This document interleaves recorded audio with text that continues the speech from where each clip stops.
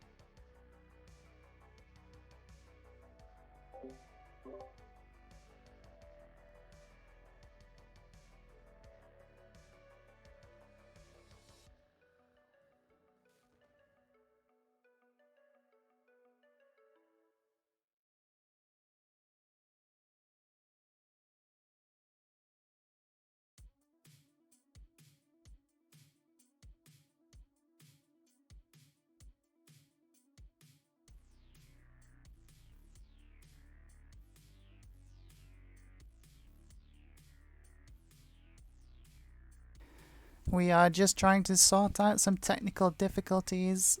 Currently unable to speak in the voice chats.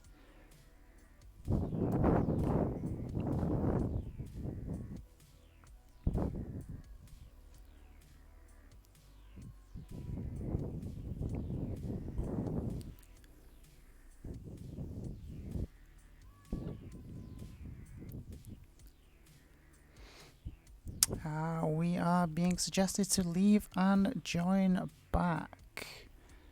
Okay, let's give that a go.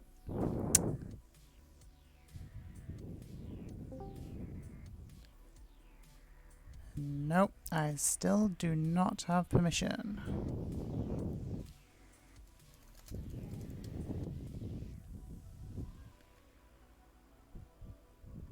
It wouldn't be a snuggle stream without some kind of hiccup, guys. Hello, the great Spanish Baldwin. Hello, Zeriki, RJD, Chaotic Disaster, Fomus on Smythe, Carter. Mallory is in, and so is the little ducky. I'm sure you're all excited to find out who's going to be this year's 1v1 World Champion.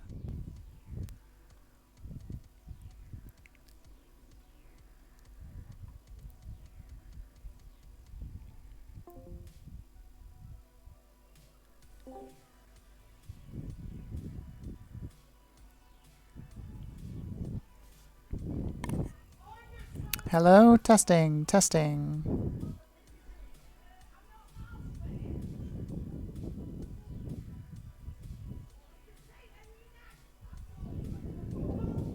Hello, hello.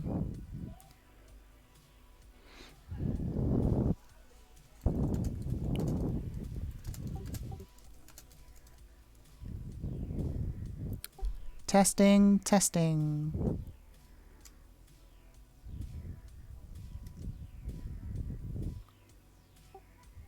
Hello? Can you guys hear me? Yeah, we can hear Okay, so it's push to talk only. you. Not for me. Might be one of your settings.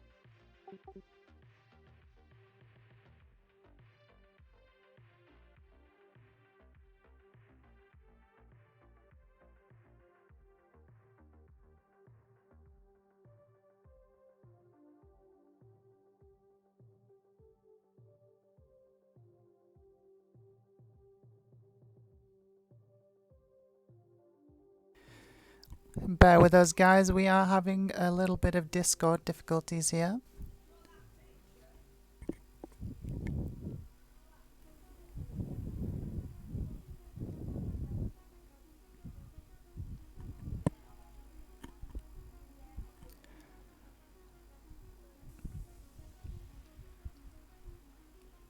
The well-anticipated tournament game shall be coming shortly.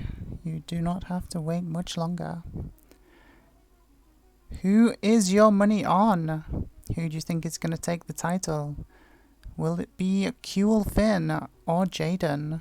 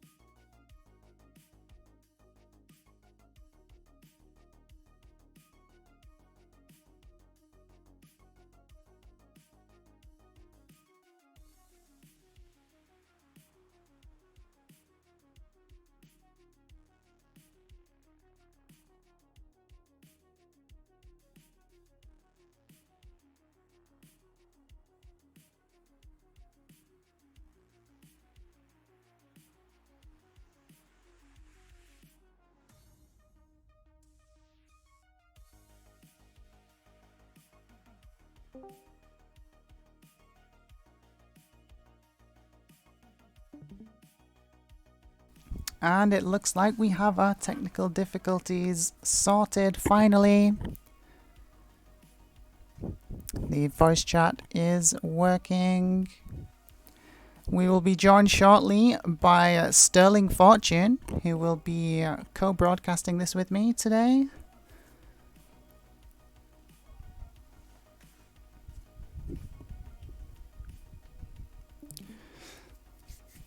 My experience with 1v1 games is not the best.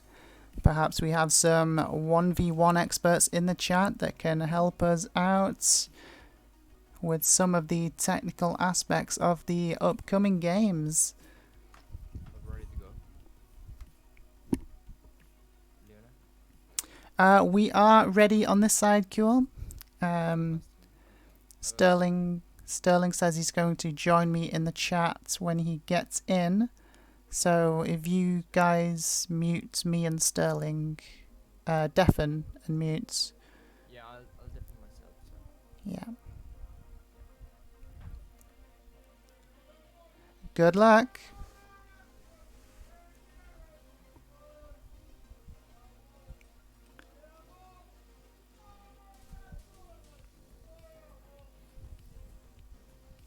Looks like our competitors are just about ready to begin.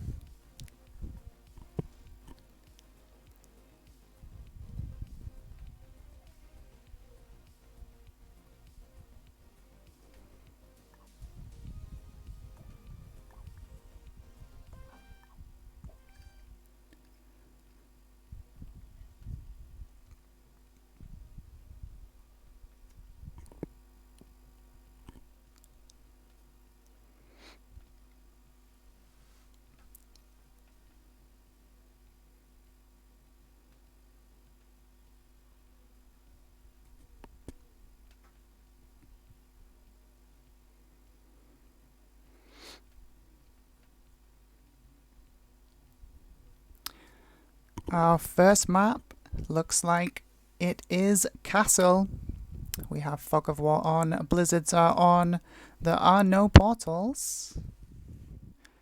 Who is going to come out victorious and conquer the castle in this first game of this grand final?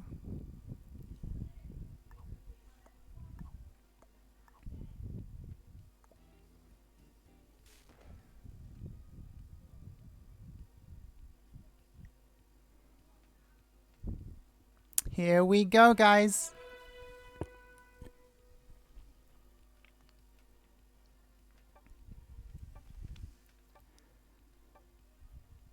Game number 1.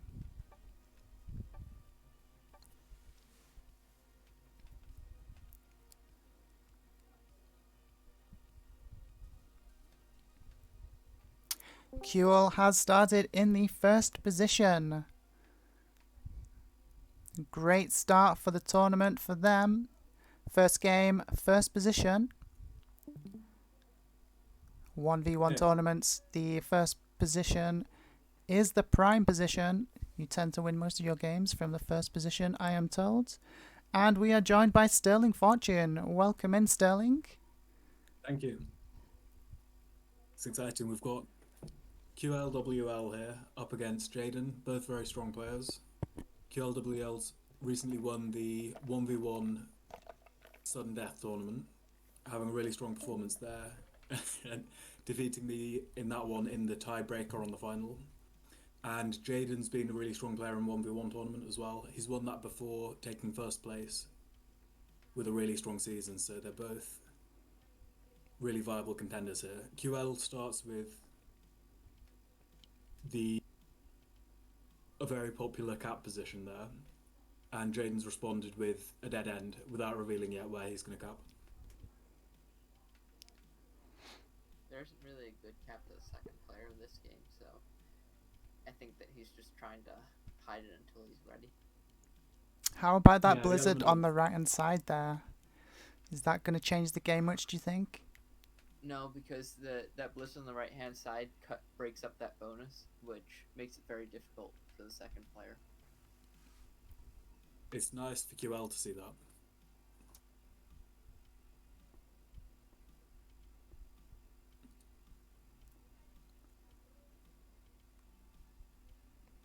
You guys in So the far they've both made very strong picks, going for kind of low connection territories. Jadon's still keeping his cards close to his chest and not revealing where he wants to cap, which is interesting. So the theory of this selection process at the start of a 1v1 game is you want to try and get into those corners, right, so that when people make runs through, they would have to split or miss those territories. Is that correct?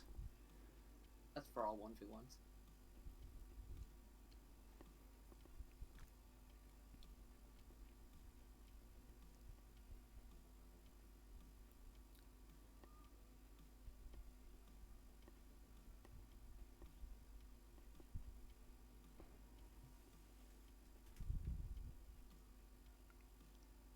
I myself, I'm not a very big 1v1 player, so I will be deferring to your guys' expertise on the more technical aspects of the game.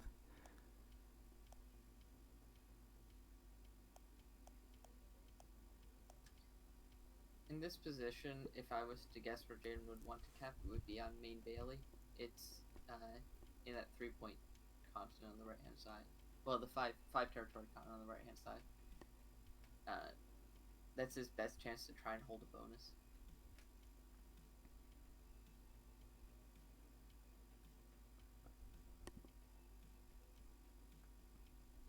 So based on these initial moves, guys, who is your favourite to win this? I know that the player in the first position tends to win 1v1 games. I don't know whether that changes much in a Capitals game. On this map, I believe there's an 80% win rate if you go first. And with these blizzards, it kind of assists in that. You see a surprising number in tournament games of the second player winning. I think a combination of the kind of skill aspects, but also kind of luck can pop up and things can go differently to expected.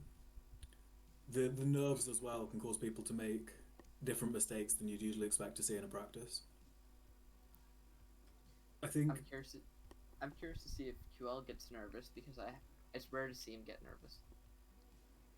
Well, I'm no stranger to tournament jitters myself, so I can definitely understand that part of it.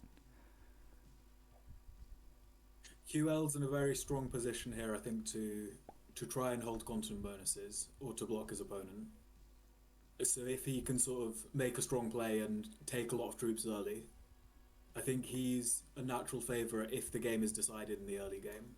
I think where Jadon will be in a slightly stronger position is if he can sort of fend off those threats and kind of play it into a longer game. He'll be the one getting the extra 2 troops for playing second. And on top of that, because it's progressive cards, on each trade in he'll be getting the larger trade. It's interesting he's actually really considering here, does he want to let the second player start with this bonus? Because he can definitely block it, he's just contemplating like, the centre 3 territory bonus is what you so get. it's a +5, so like he, on his first turn, he'll be able to break that, but he will have to break that. If he's planning on capping on, I don't know the name of the territory, but that territory there where he would cap, South. I can see why he might not want to block himself in that direction.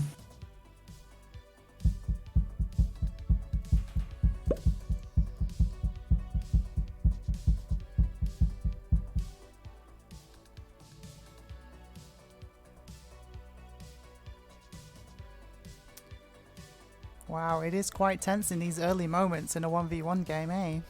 I haven't played much. Yeah, they're really taking their time to think, aren't they? I think you often see that on the very high level players, that they really want to get their moves right.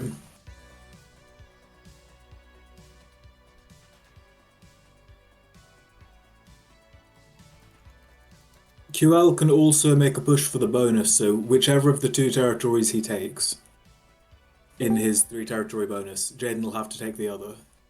So he kind of seems to be keeping the option open at the moment, but he can force Jadon to have to take the other either way.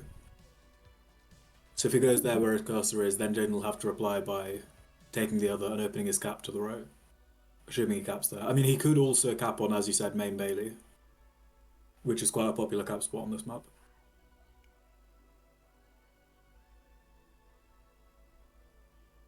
Where do you think Jadon's think about capping? Because Sterling has both the best cap spots in this situation. The only real option I can see is Courtyard, and that makes it very difficult to break Ql's bonus. Yeah, I think it's going to be tough, isn't it? Because, like, any of his good cap choices are not close to Ql's bonus, and it's only 2 points that he's defending that are both right next to his cap. I mean, if I were Jadon and took that 3-point bonus in the middle, capping on one of those territories, I think, is a popular choice. So I am joined in the voice chat right now by Sterling Fortune and Eric, 2 very experienced players and well-known players in the Risk community. The map this game is taking place on is Castle. This is game 1 of the Grand Finals.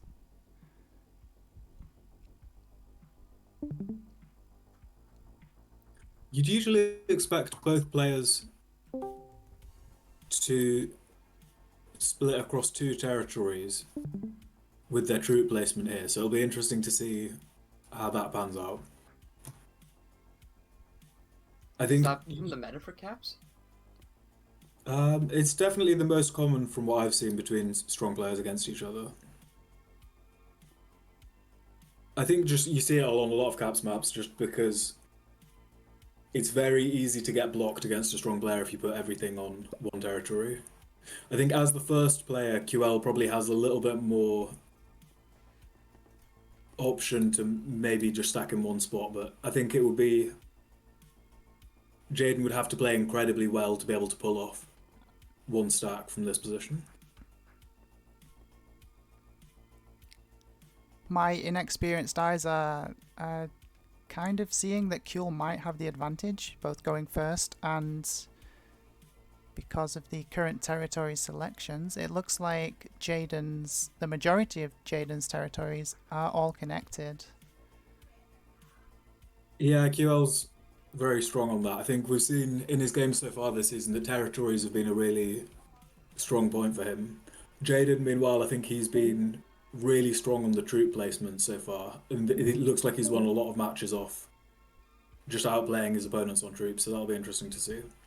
Because Qlwl, interestingly, he tends to go for very strong troop placements, which is interesting because a lot of players will almost sacrifice their position on troops in order to surprise the opponent, whereas he'll a lot of the time actually, rather than trying to kind of confuse or surprise the opponent, just go for like the objectively best place to put down the troops and just win with that. So no deceit, just a straightforward upfront player just trying to overwhelm his opponents. Yeah, I think that's what I've seen in his... I think I've watched 3 of his matches streams this season, and that seems to be like, not all of the games, but in quite a lot of them relative to other players from what I've seen. He just picks very strong troop placements. Well, we shall see if that trend continues in this game.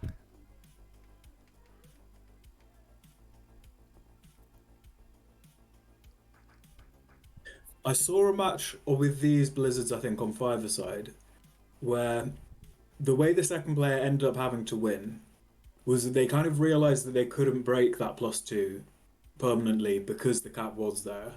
And they ended up almost having to allow the player to have the +2, but in return for that, their cap was blocked on both of those sides, and were then able to kind of block the player and hold some other bonuses and win off that. So it'd be interesting to see whether Jadon is able to keep breaking the bonus or whether he actually kind of takes the hit and almost allows that +2 in return for something else. Yeah, I'm kind of thinking that he might just let Qlwl hold because Qlwl's cap is blocked, and that makes it very difficult for Qlwl to ever take the cap hit. I'd imagine Qlwl will put. It's hard to say where he's going to put his troops here because, like, I think he probably will cap on that 3 territory bonus, but it's not a tempting spot for the troops. And you can see him kind of thinking he's using up the whole 60 seconds before dropping this territory. So, even though he knows that's the only territory, so he can really. Yeah, I don't think he's going to put everything there because it is quite blocked. And then he's going to have an external stack that is more open to make hits. Ah, so he was really capitalizing on that time there before selecting that territory, just to get his plan completely sorted. No surprise about Yeah, Jadon, Jadon's capping where I expected, but is surprising me without the second stack here, which is interesting. Because I thought he might have had a second stack somewhere else. Whereas, interestingly, Qlwl can Qlwl take had that like cap. similar troop placements to what I was expecting, but a different gap, so they're kind of opposites. Yeah, Qlwl can now take that bonus, and Jadon might struggle to break that. If Qlwl takes the bonus his cap is in, Jadon can break it, but by breaking it, he'll have to open Qlwl's cap. And it's the same with Jadon. Like, if Qlwl breaks Jadon's bonus, he has to open Jadon's cap. Well, Oh, he's playing. He's he can't open it instantly. with. He's leaving that 7, so it looks like he's actually going to defend it. Or is maybe. Nah, he's not. Do you know how many territories are on this map? Because Qlwl has 18. We can do a quick count. I can try.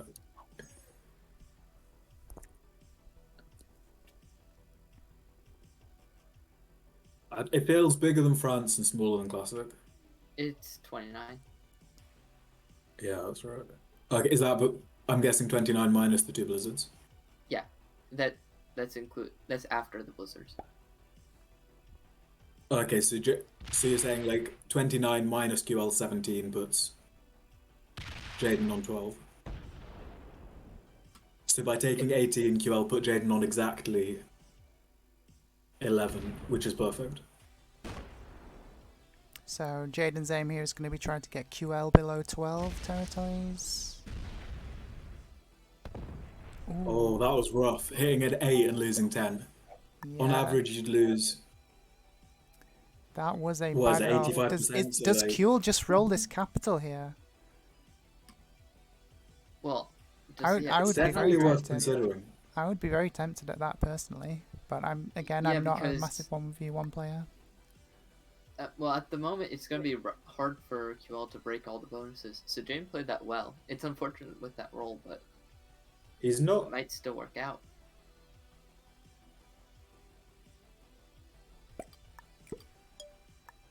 Oh yeah, he's gonna go break bonuses from the back. He's really cutting it fine here. 2 3v1s. He got them both. Ooh, very close on that final roll though. Yeah, he's got to move fast here. So he's actually ignored. Yeah, he didn't play with the slider because he knew that he had to finish his turn.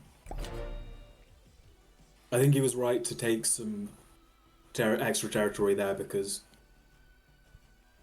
he knows that he's the troop leader, so it's kind of good for him to be trading some troops over. It's also He's up to- interesting seeing him leave that 2 to try and trick Jadon if Jadon attempts to break from the back. Yeah, It looks like Jadon's I've gonna noticed do. these little roadblocks he's leaving as well. It's an interesting play. 6 on 2 is 100% now. Oh, he failed the roll! I think he has to go around now, doesn't it? Unless he wants to try the cap wow. like, Is that the game-ending dice roll there, guys? Is that pretty much it over now? I think if either of them got like crazy, like for example, just a crazy cap hit, it could go either way. But like it's looking strong for Qlwl, isn't it?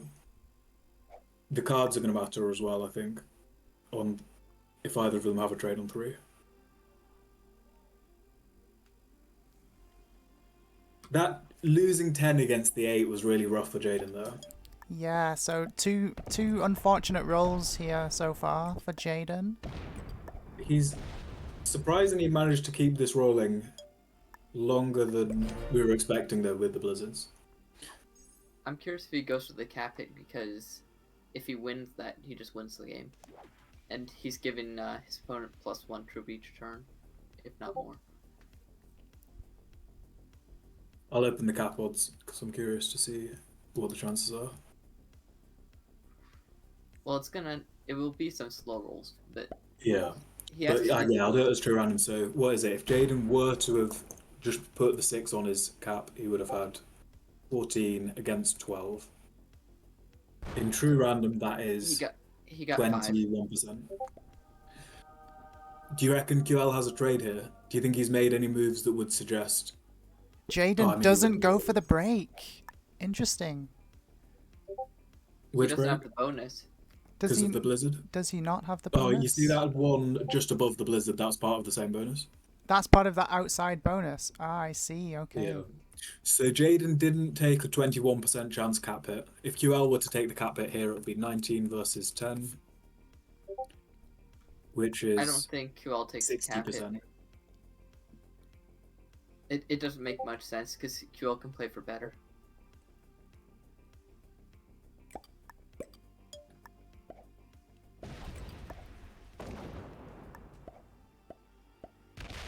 Okay, so yeah, Jadon didn't take the 21%, QL didn't take the 60%. I think Now, both of those are bad choices. Jadon has a trade. Yeah, exactly. The odds suddenly switch. If Jadon has a trade, he has 15 plus 4 is It's a 19 Oh versus no, 12. and he plays 2 Oh, on it's his only cap, a 4 so trade. It's only a 20 4 trade. Hard luck. Oh, he rolls it and he And he gets gets it! Wow! Wow, well played.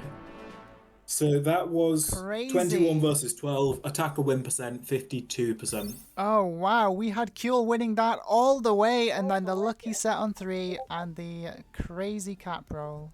Taking game 1 there for Jadon. I was Yeah, Qlwl not got a bit expecting greedy that. there. Yeah, let's see. If the QL had left one more troop on his cap, rather than, I guess, 52%, it would have been 45%. Yeah, I think that was an interesting play from both of them.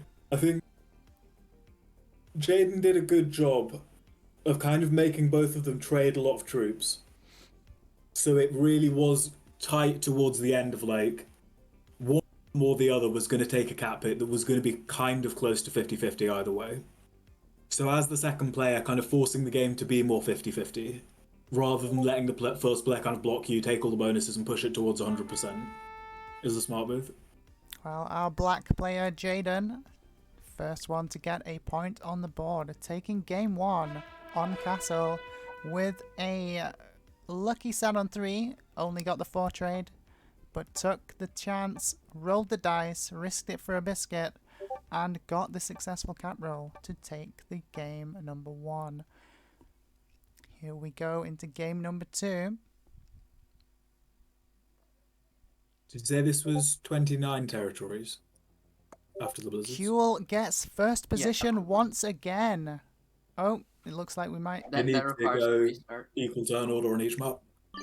Ah, okay. So we're not allowed to see the same person get first each time, so we might have to see a few restarts here.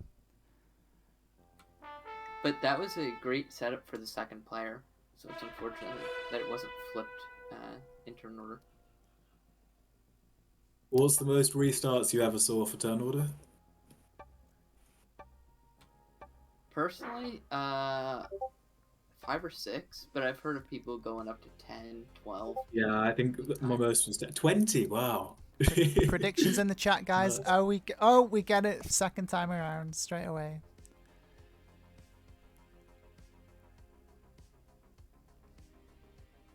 I think, yeah, I was going to say that's the best cup spot.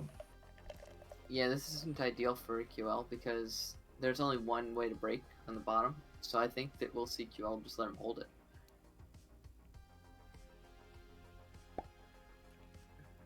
Play for something else. That was a smart choice, I think. It kind of forces him to... If he wants the bonus, he'll have to split off 3 and kind of... You don't always have time to fortify out of things like that.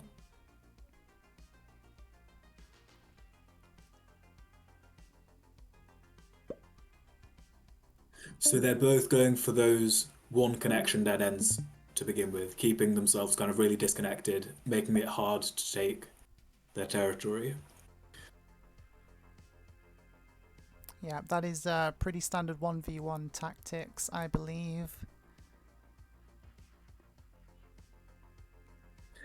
It's interesting they've both taken the approach of, as the second player, kind of delaying taking a cap. So rather than just saying, this is the second best cap, I'm going to take it now and give it away, they're both kind of keeping it up their sleeve, like risking that the other player takes the territory they want before them. But in return, they're going to catch the other player a little bit by surprise and let the other player block themselves a little bit more.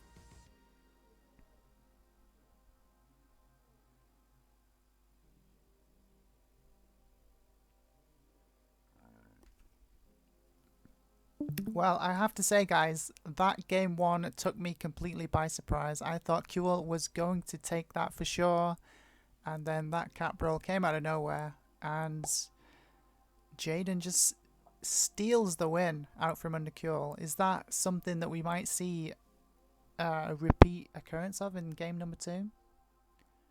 Potentially, it's a dice game.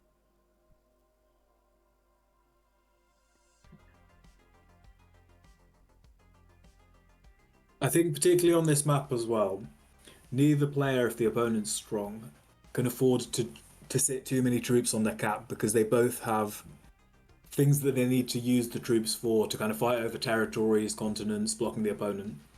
So like, by using up those troops, they'll both have to kind of expose their caps a little bit more and can't play it too safe with just sitting everything on the cap to avoid a cap hit and then blocking themselves. So it is... where are your predictions for the capital placements this time around? I wouldn't be surprised if Qlwl were either to cap somewhere in the right-hand bonus in order to kind of block that side and take it. I feel like what Qlwl's doing On that is one letting territory just above This territory? Jadon's cap. Are you watching my stream or are you watching the Discord live? Watching. I can open your stream. Yeah, I think that Qlwl is just waiting for Jadon to commit to blocking one of the caps to try and screw Jadon over in the process. But Jadon has a sneaky move because he could take Courtyard, forcing Qlwl to take a bad cap spot and then take the other good cap spot. Which one's Courtyard? The 3 territory bonus right in the middle. The top right of that bonus. If he takes that, Qlwl's forced to take the bottom. The middle one. Oh yeah, that's a +5, isn't it? I mean, it's not the end of the world having the bottom territory of Courtyard as the cap. No, it's not. But it's not the most ideal either. Yeah.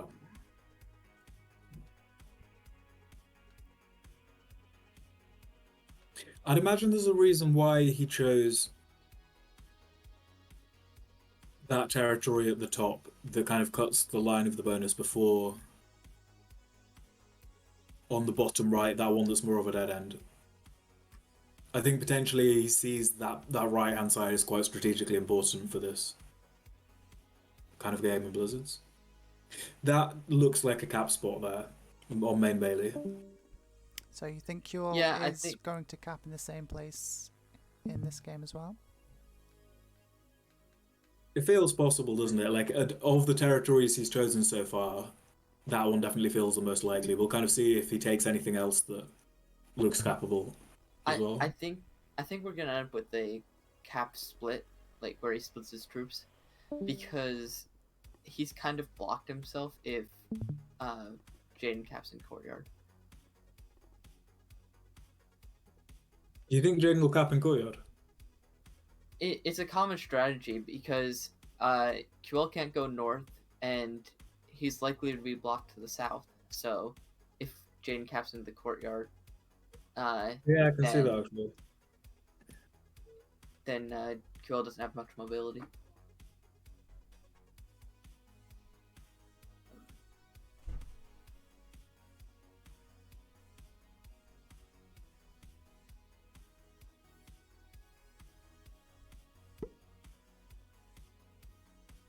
These two are often taken in pairs where you'll see like one person takes one and the other takes the other. As we've seen here.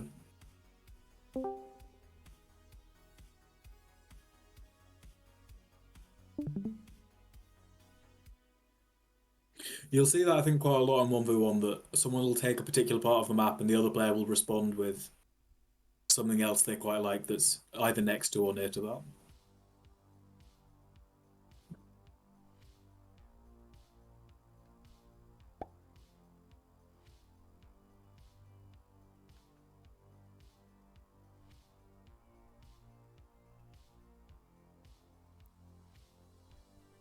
Again, we have this tense build up as each player places their territories strategically.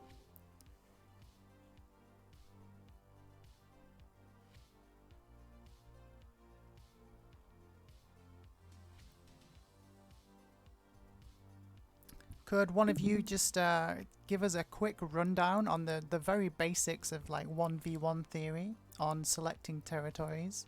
Just for anyone in the chat, any viewers watching that aren't familiar with 1v1 games. So here, both players will want to have a cap that's a very well-connected territory. So the territories that are standing out are, I don't know the names of them, but you've got that kind of big territory next to the blizzard in the middle, courtyard in that 3 territory bonus, and main bailey. So those are all a good cap because you want to put your troops on your cap, and you want to be able to make attacks from the cap without it being blocked. Meanwhile, they've also chosen a lot of dead ends because they also don't want to be blocking themselves, and they want to kind of leave their options open for making attacks. I actually think that it'd be quite a very risky move if he did cap there, but like it's just about possible. I'd be surprised though. Yeah, I'm not sure if I agree with that possibility, but it does depend. If It depends where Jadon, but like if Jadon put like everything on the territory just above it, and then Qlwl had that and kind of surprised him with another stack somewhere else, and were able to kind of take the whole right side, it could work. But like, he'd need to simultaneously like stop Jadon starting with a bonus, and also start with a bonus to get anything out of it. Yeah, in order to do so, Qlwl would have to split a stack into keep, which is that one territory, connected territory at the top, so that he can break the top bonus and prevent Jadon from getting them. Yeah, I don't think he's going to do it, probably. At the moment, main bailey's looking a lot more likely, or courtyard for either of them if they do take it. He's a bit stuck on which territory to pick here. Okay, so he's taken courtyard, which means he could cap there, and also Jadon can't cap there. I'm going to look at the territory names. Yeah, but that does limit Qlwl's ability to cap in post turn. I mean, not in post turn, in main bailey, because now he's blocked himself. Yeah, I guess in both directions almost, because since he's taken those 2 important territories next to each other, whichever one he is stacked on, he can't attack through the other. That is the difficulty of this map. So you guys are thinking that if Qlwl caps on one of those 2 central positions, he will be at a disadvantage. Yeah, because he can't I attack. think they're the only places he can cap, though. But yeah, like the fact that he has both of them does make it challenging because like he's kind of blocked himself. I can see why he did it though, because like if he were to let Jadon surprise him and cap on that could really catch him off guard. Now he knows like that essentially Jadon has one good spot to cap, so he can kind of build a strategy around that. And also, it's pretty much blocked. It can take that bonus and then not really go anywhere. Welcome in, new viewers. Welcome into the chats. We are currently broadcasting Game 2 of the Grand Finals of the Risk 1v1 World Tourney 2023. Joining me in the voice chat is Sterling Fortune and Eric, two extremely experienced players when it comes to 1v1 and Risk in general. This is Game 2, Jadon managing to take Game 1 with a surprising cap roll. And we are in the build-up of Game 2 as each player selects their territories and prepares for battle.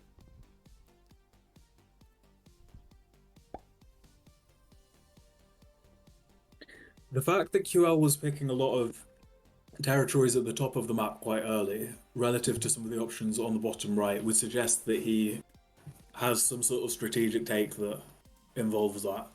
So, for whatever reason, I think he thinks the bottom right is important to him.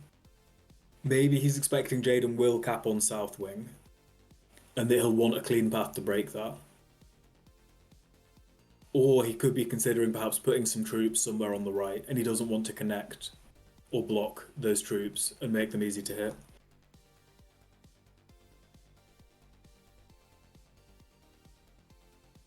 The territory he's hovering over has a lower disconnection score. What is a disconnection score? Explain it for our viewers if you would.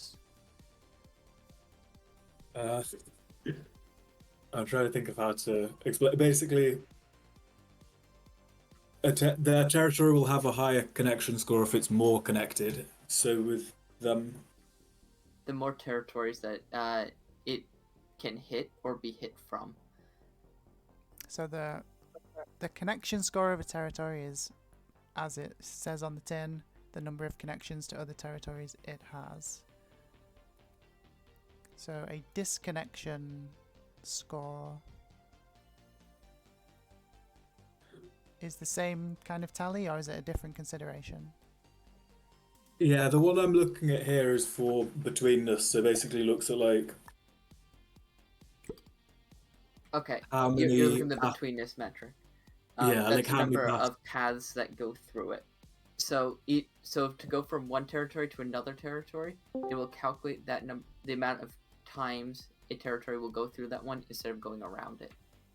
If it's faster to go around it, it will put that as higher. Okay, I'm He not went all surprised. the way Frog. full circle to like at the start of the game. I was like, he's going to cap on the right, and then I was like, oh, but he's got all the good cap spots in the middle. He's going to do that, and actually has gone back and like now actually is capping on the right. Jadon is clapping on South Wing, which I think just is a solid choice, and interestingly has kept a lot of troops on cap again this game. But he does have that 7 on the right. That'll make it difficult for Qlwl to hold that bottom right bonus, unless if Jadon uses that up right now. It's an interesting spot as well, where like his 7 couldn't hit QL6, but QL6 could hit a 7. He's getting a little bit of luck against this. Yeah, nice. Okay, he's gained a lot of troops there. He had some terrible rolls in the first game, but it looks like that has worn off with some great rolls now. I feel like attacking into that corner was a mistake. It Which was just a corner? waste of troops. Jane just attacked into the territory right behind him. I believe it's near the bastion. This The one dead just end. behind his cap. Yeah. It Yeah, I can made see him what you split mean. off 3 troops, and that he could have used to defend. So we're going to see Qlwl try to break all the bonuses. and Oh, Oh, that's a big bonus, it's isn't a it? 2-on-2. Oh, he That's plus a doesn't 5. get it. I think that could be game ending. Yeah, I believe so. But we said that last time. Yeah, and then it came down to a They lucky didn't hold a cap plus roll. 5 last time though, did they? Like he lost 2 troops on the dice. Yep. I believe it should cause the end Yeah, of the game. it's but definitely not certain, but like it plus 5 helps a lot. yeah, for sure. I think Oh, he's a little short on time. yeah. I think that stack's going to get opened though because Jadon's going to have to break the bonus. I feel like it's gonna get hit. Yeah, but I think he's right to let it be hit because if he just left it on the cap, then like Jadon would just sort of like take the map, block him, and get a certain victory. Whereas I think by allowing a dice roll, he's kind of introducing some variance. And rather than 100% victory for Jadon, it's like it's possible that he could get some crazy bad dice roll, I think this and then is it introduces like 92. at least a small chance that QL can win this. Yeah, Jadon Is getting it 10v6 great 92 or rolls this 96%? It was okay. He lost even. He lost 6. Yeah, I think QL's in a really tough spot here because his cap can't hit Jadon's cap, but Jadon's cap can hit his, and equally his cap's blocked on all 3 other sides. Whereas the last game, both caps could hit each other. Qlwl does Yeah, retain 12 the odds were territories though. 95. Okay, cool. And then he should have lost 4 on average, but it looks like he lost 6. So Qlwl actually has a shot because he just got 6 and can break. Doesn't have any other bonuses to break. Yeah, I feel like Qlwl he's gonna go managing into the to corner here. retain 12 territories there. Ooh, loses that Both 3 on players 14 are one. puts Jadon on 3v1. 15, right? So that gives. So if he'd got that 2v1, it wouldn't just be that one, but also the extra deployment troop. That's why they were both rolling 3v1s and 2v1s, but it Yeah. just didn't work out. So Yeah, there's a lot of territory on this map, so that can really be a big difference. Jadon can't see QL's cap, so he could be quite bold with the fortification, depending on how confident he is on Jadon's fog memory here. Well, yeah, if Jadon, like, it is trackable, you could find out how much is on his cap, but most players don't actually pay attention that much to that. Yeah, and I think they'll both be trying to remember what's in the fog here, but like so much pressure, so much things to try and track at the same time. Yeah, it could easily be forgotten. Jadon's in a nice spot here where QL can't hit his cap, and he can't even use the troops on his cap. So like, if there was any doubt in his mind whether he could win with a cap hit or not, he's not going to necessarily want to open QL's cap to find out that there's more troops than he thought. Jadon forcing a 6 on 5. Qlwl decides to try and slow roll, gets terrible dice.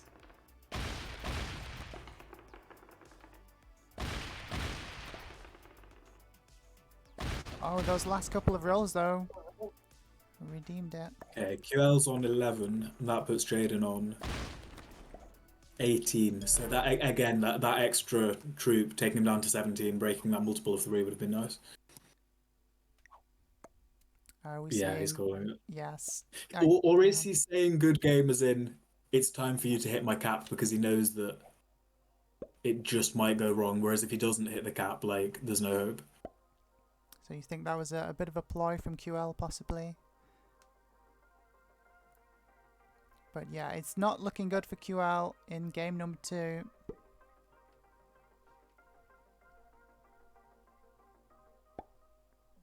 Jadon's troop lead starting to become overwhelming, I think.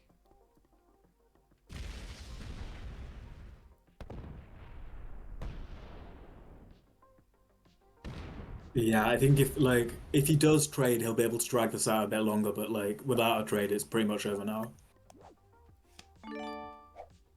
He can't even particularly go for a cap roll. Like, he could do a 12v15 at very low odds, but if he'd at least had his 9 open to the 15. I think that's his last hope, Then so I the think he is going to go for it. Let's see, what was it? 12v15. Let's draw those odds out. Those are some better 0% dice. balanced splits. Those are some better So on dice. true random, with the slow rolls, he got Oh. 5%. Yeah, no, it's not gonna happen. Yeah, I think that is game. I don't think Qlwl is going to be able to recover. Yeah, and he throws in the towel on game 2. Jadon takes another game in game number 2 and gets another point on the board. Yeah, Jadon was going to get so many troops he would have 100% roll on the 9 cap, so it just wasn't worth the time to wait. I think the tricky thing for QL is that he placed a lot of troops off cap to kind of compensate for the fact that his cap was in quite a blocked spot because he had to block himself in order to sort of prevent that bonus on the right.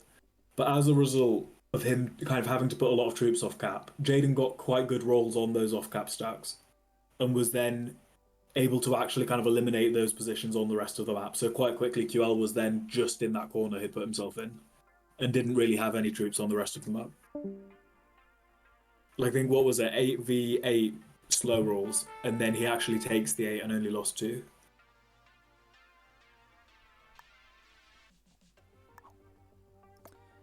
Okay, we head into game 3 on Dino World.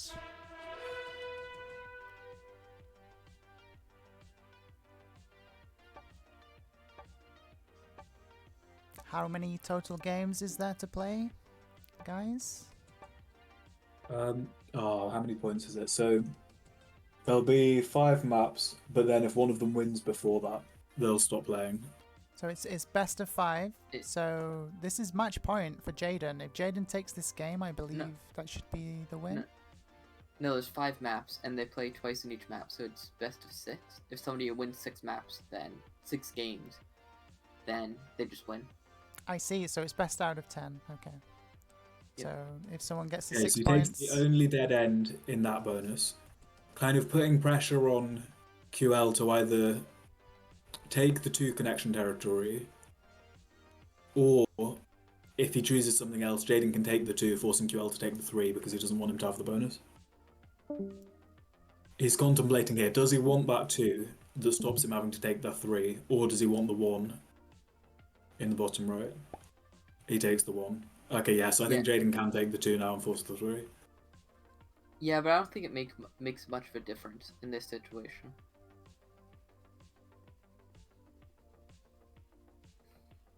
This map is Which interesting. bonuses do you think these portals make important? The top right and Australia. Yeah, Actually, I think the any of the right-hand bonuses side with a is- portal are easy to break because of the portal. The one right next to the... Actually, there's 2 right next to the portal, and even then that can sometimes make it a little bit harder to break them. Yeah, I feel like Qlwl is going to force Jadon to pick the top left portal, just so that he has one less area to worry about. Since Jadon has to make the last pick. Is that correct? How many territories on this map? Yeah, it's odd, I mean. So the first player takes the last territory. I think off the top of my head, I think it's 39... No. However many it is, it's definitely odd. I'll check how many exactly it is.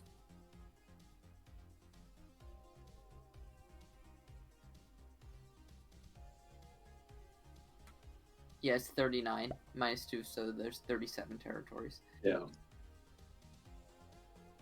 It's kind of the same as Classic minus 2, basically. It's the exact same as Dicey Trajectories, so it's kind of interesting how they're compatible.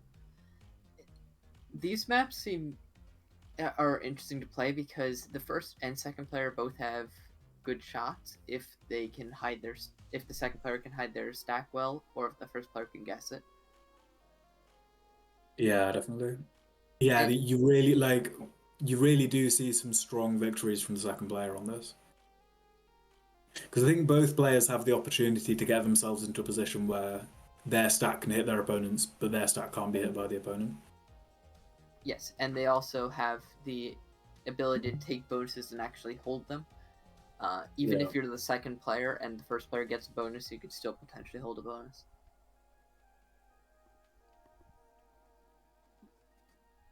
The territory count can be a big deal on a map this size as well.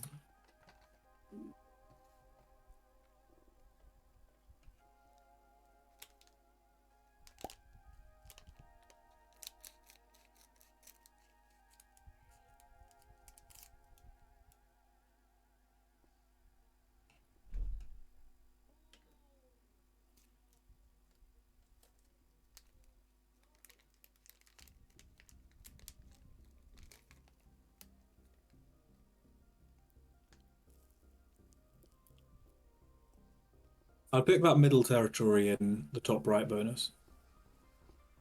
But I think...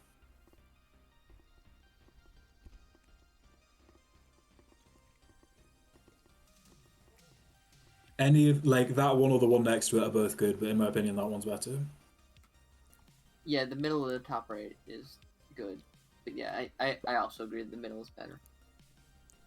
Taking those corner dead end spots at the beginning. I wonder, will Jadon go to the right of him or the left of him now? Oh, he's gone I some. just Where made did the he go? right, but I think that he's just gonna let Qlwl decide. It doesn't really matter as they're equal, essentially. Yeah. Did he just take the? I guess that's the UK. I believe so. The Which best is good. territory in that bonus is blocked by a portal. I can sort of see what he's doing. Like, he took a slightly worse territory, but he knows that like there's only 2 territories left in that bonus, and like the 2 that are left are really bad. So he's essentially forcing a squeeze where he knows that Qlwl either takes a bad territory, or he takes that one and then Qlwl takes a really bad territory with the portal. Yeah, it's rough. That continent is always confusing once there's a blizzard or a portal in that territory. So is Jadon gonna kind of? I would think that Jadon would try and force him, or he might hold off on it and Yeah. try and sneak it in when Ql's thinking about a plan. Because, yeah, I think he's. Where did he just place? Was it the Africa territory? Yeah, it was the Africa territory. He's placing Yeah, I those think out two. of the territories in Africa, that's probably my favorite for these portals. Yeah, that or the middle, like both. But Yeah, I like that one on the right hand of. It's interesting because the middle one is slightly more connected, but it's not much of a choke point because the other one kind of is that cross between Africa and South America. Often the territory just outside another bonus can be quite important because that's the path that you need to get in and break the bonus, or that you need the other player to hold so that you're holding the bonus. Okay, Jadon did take that Africa territory that I thought was a good one. Yeah, that was the good one, and well, He's kind Qlwl of got the playing it best. cool with Europe, isn't he?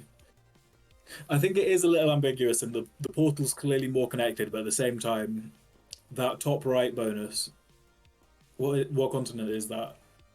Is really important, and he knows that taking the territory just outside that will kind of block his path into it.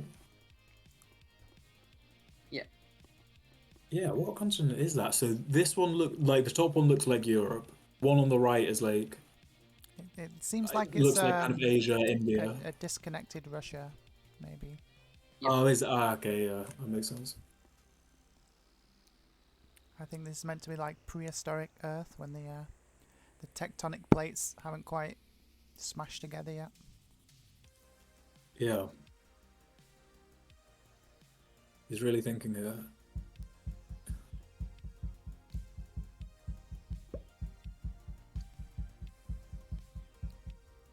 That was very quick. He just took the that bottom Africa one, but he must have known for some reason that he really wanted that in particular. Yeah, Jadon has been whacking those quick selects down a couple of times now. I suppose he is getting time to think during Ql's long turns as well. I'd imagine he'll just break this bonus now. Even as the first player, it just puts a lot of pressure on to let the other player start with a bonus, because then they kind of know that you'll have to be thinking about breaking it. Yeah. They're both very well spread out. Like, there's no obvious winner at this point. Yeah, the top right bonus is a +3. Its name is Mist Lands, but they'd put weird names on all of them. Yeah. What did you say? Mist? Oh, yeah, because they're not called, like, the place they are. They're just kind of abstract names. Yeah, exactly.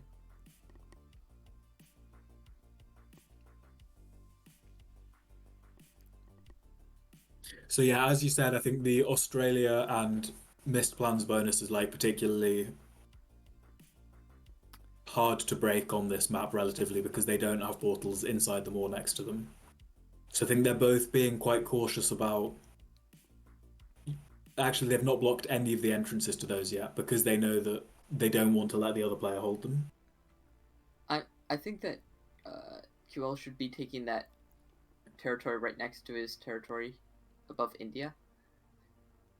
Yeah, that's because because I think that's quite a. It's not a choke point. It's not particularly This- connected. This one. but that one's also good. Yeah, because that one's inside the Australia bonus. I think often it's better. You'll see at particular maps like Supermax, but if you have territories inside a bonus your opponent's going to take, you know that they'll unblock those when they take the bonus because they have to take them to take the bonus. Whereas if you have the territories just outside, kind of in front of it, they can take the bonus and you'll still be outside blocking your way in. So I think Qlwl knows that if Jadon takes Australia, those territories are going to vanish anyway and won't be blocking his path. Yeah, I also noticed that Qlwl probably doesn't need to worry about that portal in the North American continent because he does have a path all the way from Africa and from Europe straight into that bonus, so he can focus on the top right and bottom right bonus, making sure that Yeah. he can access them. Yeah, he took the territory you recommended. They're both leaving the portals towards the end, which I think is fair on this map. The portals connect a lot together, so it's nice to have access to, firstly, be able to kind of hide behind them and attack your way out, but also to be able to hop to those different parts of the map through your opponent's portal. Yeah, I do think that they won't. The only time when you shouldn't do that is when you should take them early is if they're not really connected to anything. But that's the Yeah, case. like when they're like in a proper dead end that isn't so much use. I think that's a really core element of like 1v1 and just risk in general is that you can't attack through your own territory, whereas you do attack through your opponent's territory. So actually it's your own territories that are the ones that are going to block you. I think you have to be very careful with blocking yourself as a result of that. Yeah, your territories are essentially a blizzard for you, but not for your opponent. Okay, he did. Yeah, he took the portal on the left that you said. I think you're right that.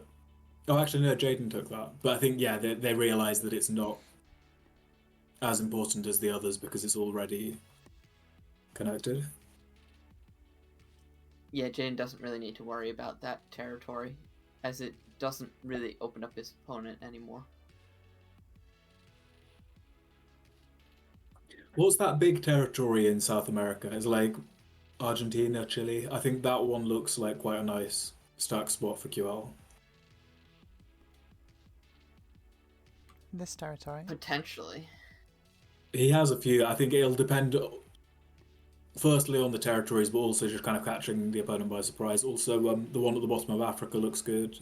That can kind of attack up into Africa, South America, Europe, down into Antarctica, into the portals. Yeah, the only potential issue might be the top right and Australia. I forget if Jadon finally took that territory, that opens up missed lands. I feel like Jadon would have been better off. No, he didn't. I feel like Jadon would have been better off taking the portal. I think Qlwl made the right pick by taking that portal, since he already had access through most of the territories. Yeah, because I think if Jadon had, like, Qlwl got to choose that he wanted that territory, whereas if Jadon had picked it before him, he would have forced Qlwl to take the other one, which is worse.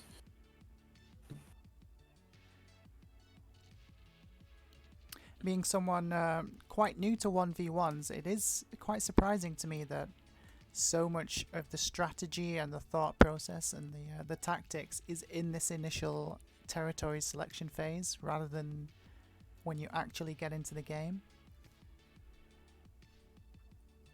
Yeah, I feel like Qlwl can just take anything as long as he leaves India for Jadon. He's in a great position because he has access to most of the map already.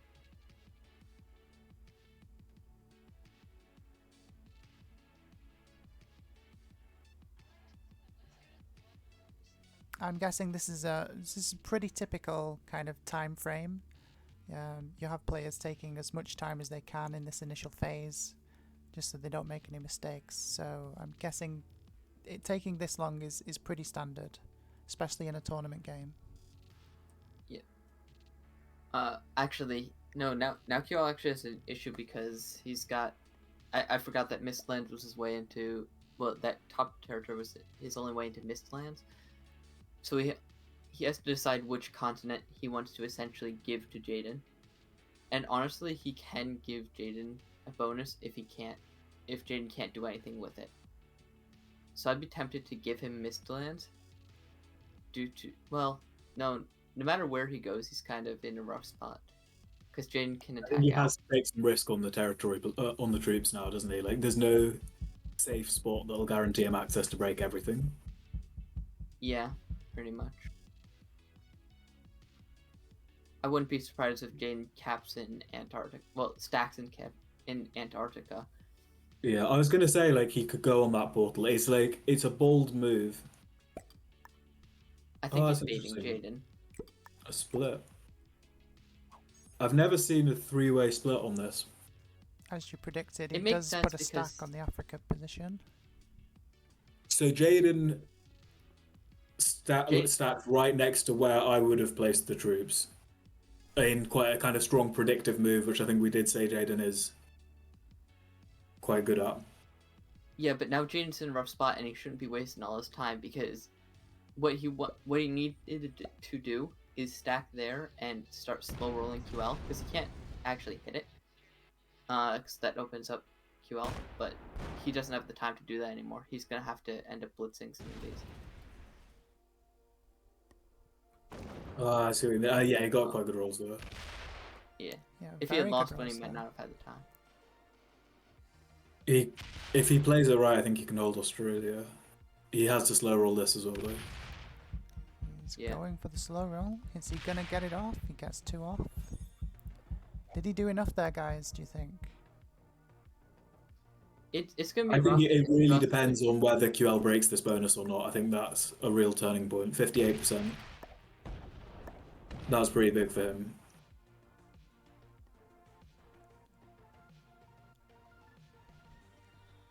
Looks like Mistlands is gonna hold. Does he go up with the 13 stack? Yeah, I think he QL has to go. started with 15 territories on his turn, so if Jadon had had the little bit of extra time to take that corner in the No, bottom right and fortify back, which he didn't have time for, that would have cost No. one extra deployment troop and potentially No, changed QL the started odds. with 14. He started with +7.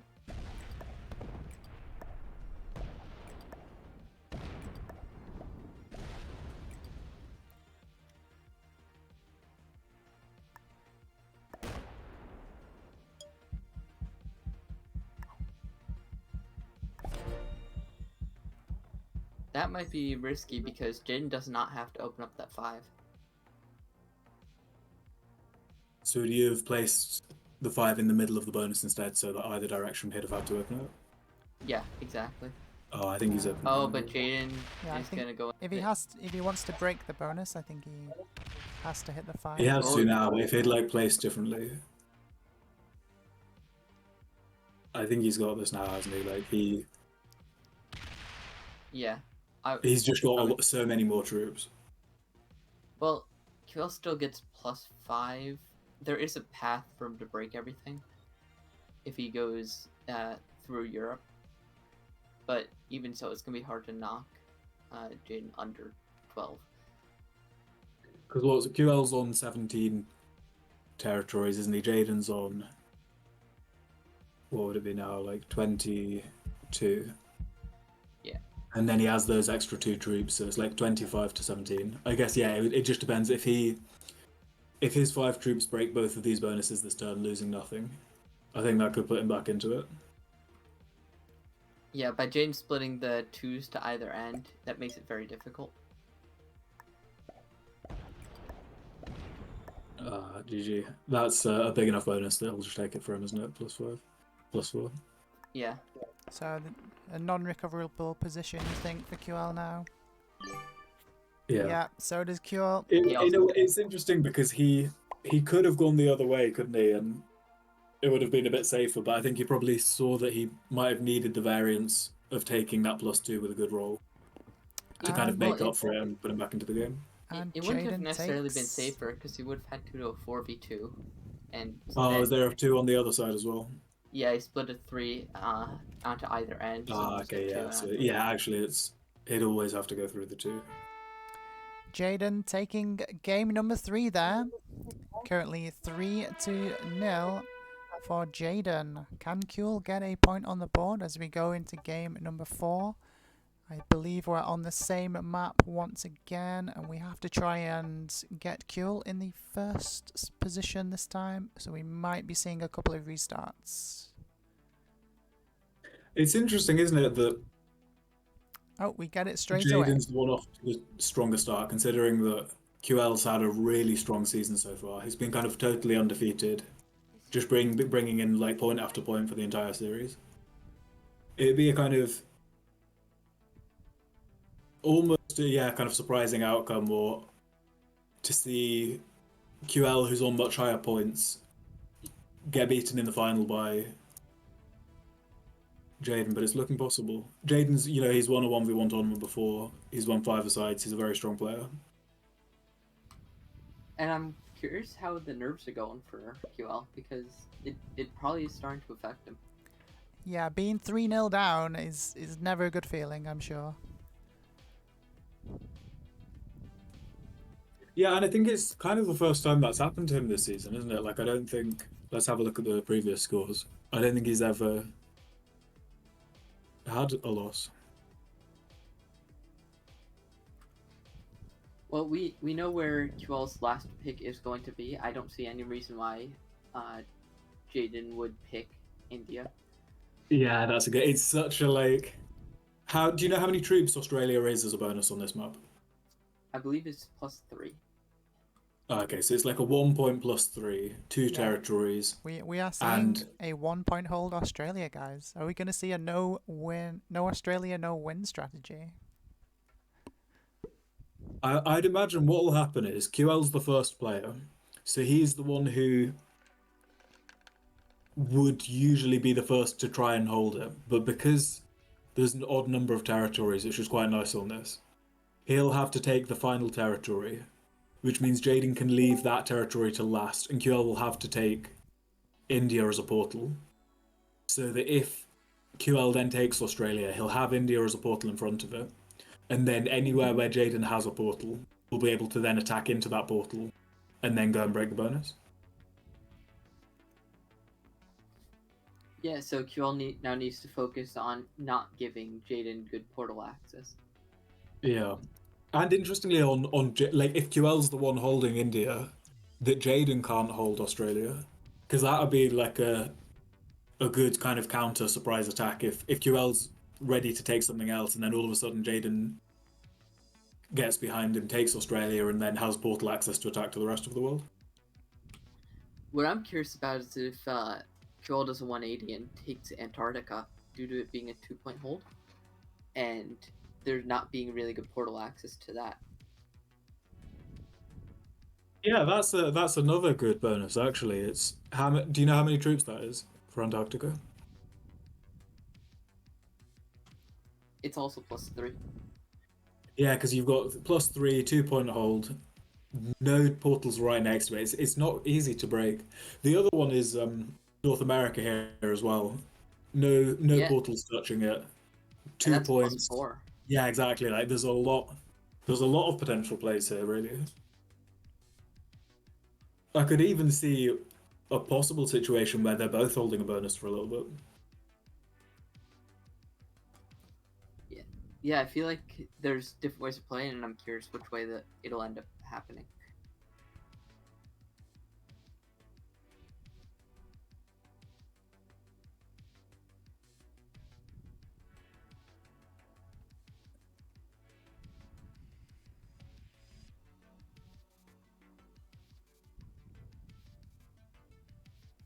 I think if he's going to take something in North America, that one he's hovering over probably is my favourite. It's only 2 connections, and I think wherever he goes, the others will reach 3 connections and would have to kind of block him somewhere.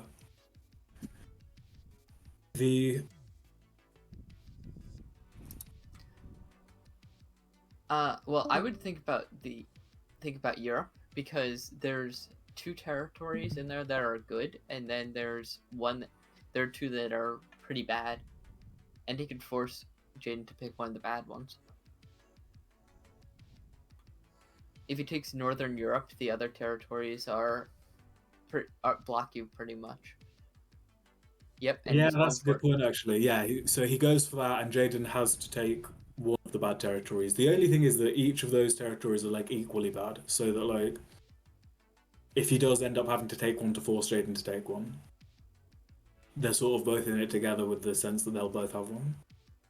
They're mathematically equally bad, but in reality, I would think the one above Africa is worse, due to the fact that the other one connects to a portal.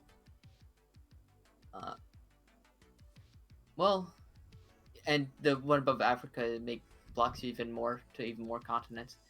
The other continents that would get blocked by the middle one, you don't really want anyway because there's a portal in it.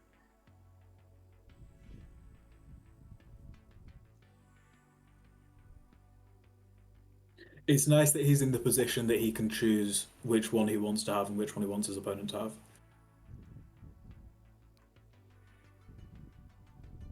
And technically, they could choose to force their opponent to pick both because there is the worst territory on this map. Yeah, that's the thing. It's like he's not going to be taking India before those, is he? If I was going to pick something in South America, I'd take the middle one, I think. I'm not a fan of the portal, and I think the two borders are kind of choke pointy.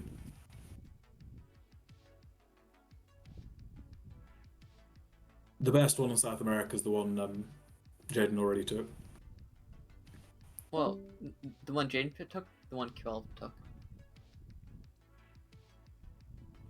Because I think Qlwl Qlwl the streamer, so it must be Jadon that took it, because it's not in purple. In South America. Oh yeah, South America. Yeah, the one next to him is pretty good though. Yeah, so that's what I was saying. It's like if either of them are going to pick one now, it's that middle one that they should be looking out for. They're both kind of playing it safe for the whole Antarctica thing. I can see why they'd think it's important. They just need to be careful that they're not placing leaving it so late to put something inside there that they're actually blocking themselves outside it in order to do that.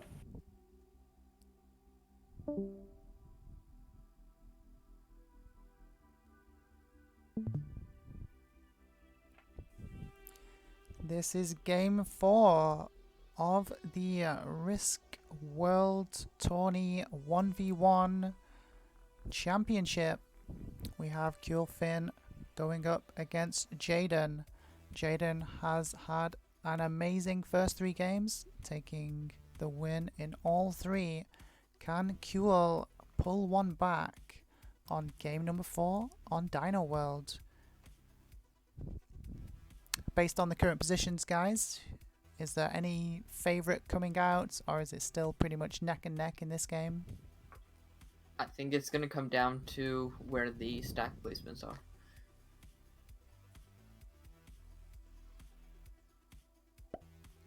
Where would They're pretty much even where would in you terms place of the placement. stacks? I think that was a good choice. I think. Yeah, I agree. I'm not sure where I'll place a stack. It's tough. There's a bunch of Do you think good he'll place spots. one stack this time, or do you think he'll? Because I think the last 3 games he's actually split, hasn't he? Yeah, but he's not going second. I would think that he might single stack this time. Yeah, I could see that. But- It's like it looks like a position where he could single stack if he does it right. Yeah, Yeah, you can I think single we've stack and seen commit to a bonus. Qlwl split his stack every game so far. I think Jadon single stacked on game 1, but then split stacked in the next 2 games. Well, Jane single stacked last game, but when he was placing his troops afterwards, he placed them in a different location. Oh yes, that is correct. I'd imagine Ql's going to go for a position that lets him take a bonus, and with the whole India thing, it's hard to see that being Australia if he really does end up with India in the portal. unless he caps on Greenland, stacks on Greenland, it's hard. Like it's hard to see that he would place his troops on one of the other territories of North America and be blocked by the other territories he has.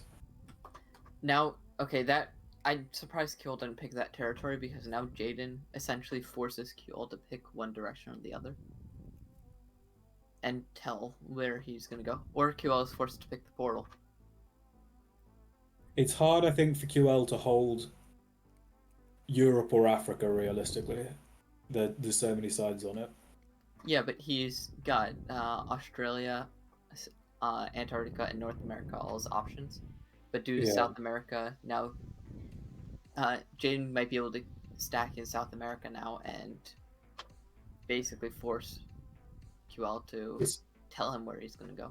Yeah, all of a sudden a little bit harder to take. Like a lot of the options are starting to look a little bit trickier, aren't they? Like Australia looked good apart from then. India has that portal. Like Antarctica's tricky because he either places on the left one and risks having Jadon behind him on the right, or on the right and risks Jadon being behind him on the left. Even with North America, apart from Greenland, if he were to stack on the other territories, he kind of risks being ambushed from a place that he can't hit. I think Yeah, he'll really have to, if he wants a bonus, probably have to place in a way that risks some angle that he can't attack, and just hope that he can hit them. It must be a nerve-wracking spot to be in, particularly knowing that Jadon's quite good at predicting stack placements. I think this is Ql's most open position, right? It can go multiple directions. Which one's that? The Africa position, quite central to the board. The one kind of like on the right-hand side of the South African continent? The left-hand side. Oh, okay, yeah, I see what you mean. Yeah, I like that as a spot.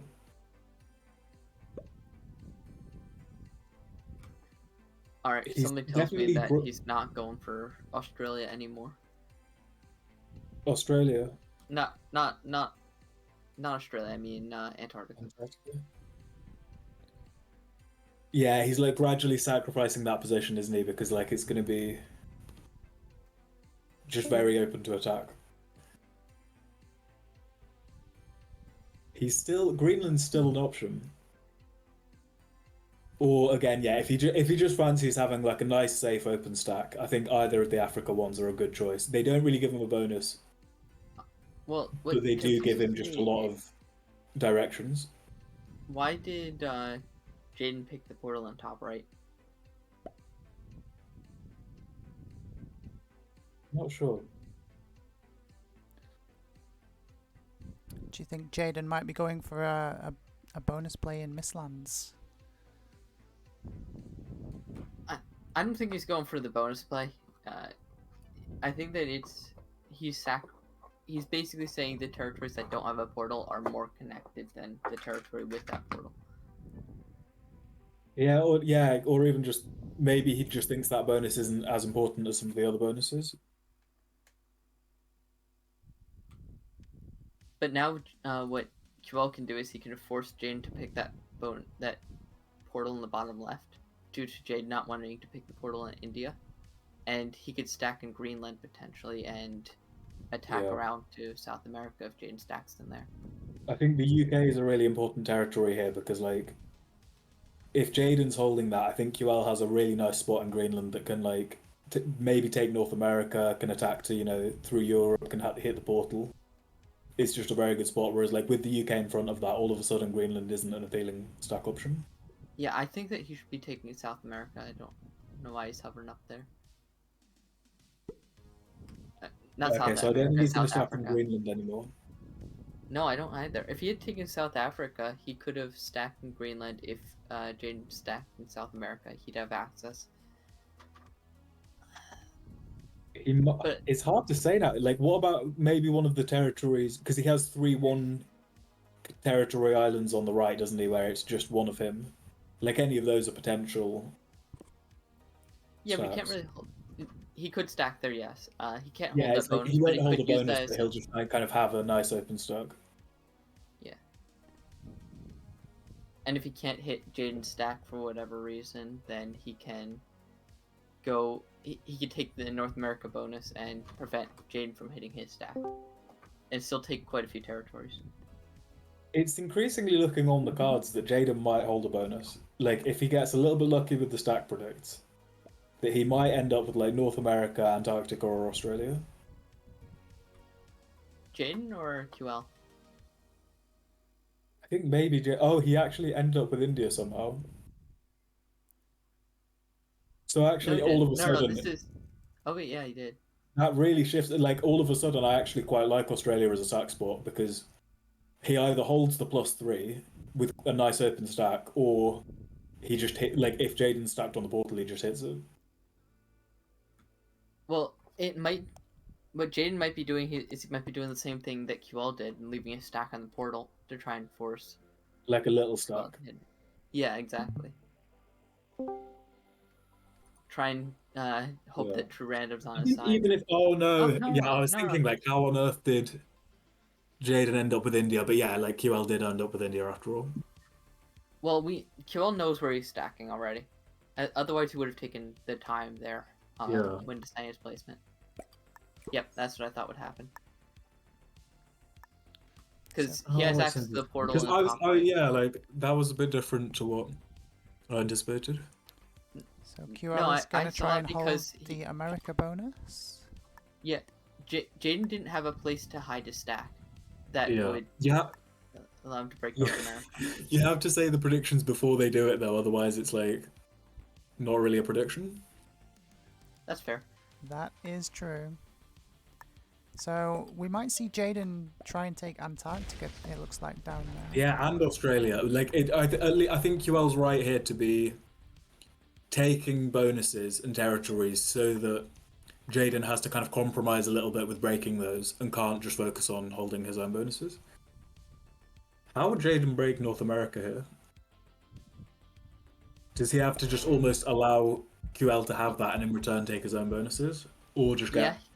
Yeah, I think he has to. Like, there's no way he breaks. Yeah, he has no path up there. He doesn't have enough troops. Yeah, There's unless he only wants like ridiculous slow rolls. He almost has to accept the fact that like he's not breaking that bonus and Yeah. needs I to believe make it would the be- most of what he can do with his bonuses. I believe it So- would have been a 6v9. Yeah. Yeah, so Jadon needs to take his own bonuses here, and I think we And go just into kind of pray to hold them. yeah. Do you know how many troops the North America is here? I think we said it was a +4. And you said Australia and Antarctica, I think, are +3, right? Yeah, it's plus. Yep, they're both +3s, and North America's +4. But also, But QL also has Europe, it looks like. Oh no, Jadon gets the No, break no. on that one.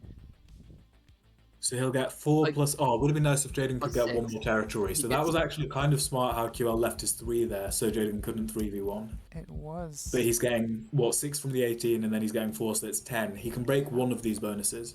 If I were him, I'd break Australia, and if I got lucky on it, even hold it. Yeah, because you take that for yourself after breaking it, so that would be the play. Ooh, Ooh, terrible roll! 85% loss. or Loses You can't 10. even blame him for that. Like, that just was the right move and just got unlucky. yeah, but now he's just got to take territory because Yeah. Yeah, Jadon- yeah, it's like, what can you do? Like, Jadon's gonna get those, what is it, You get- +3, 6. Yeah, he's gonna get those 6 troops. What you have to look at is, like, you can't leave him above 12. yeah. He shouldn't be rolling that 3v2 though. I mean that 3v3.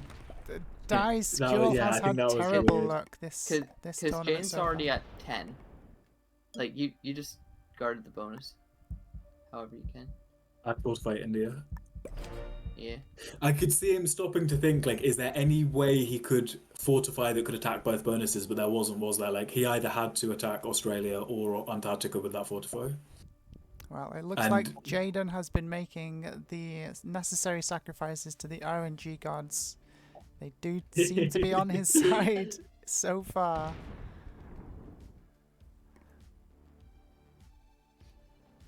They were both really bold with their troop placements, because, like, QL took a position where Jadon could have been behind him, and he was just kind of knew that Jadon probably wouldn't go there. And similarly, like,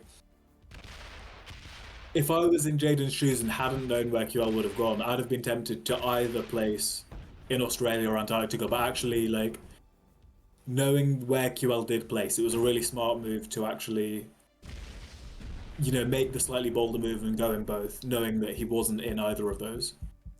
And then being able to hold both of those, +3 and a +3 against a +4, Yeah, was a So really powerful combination. this I don't is see how looking. Kill comes back. Yeah, this is looking like Jin another tech- GG.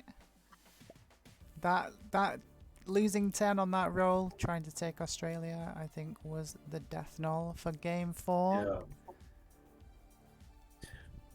It could have really gone either way on that, couldn't it? Because, like, QL was holding a +4, Jadon was holding a +3, and they were both 2 borders.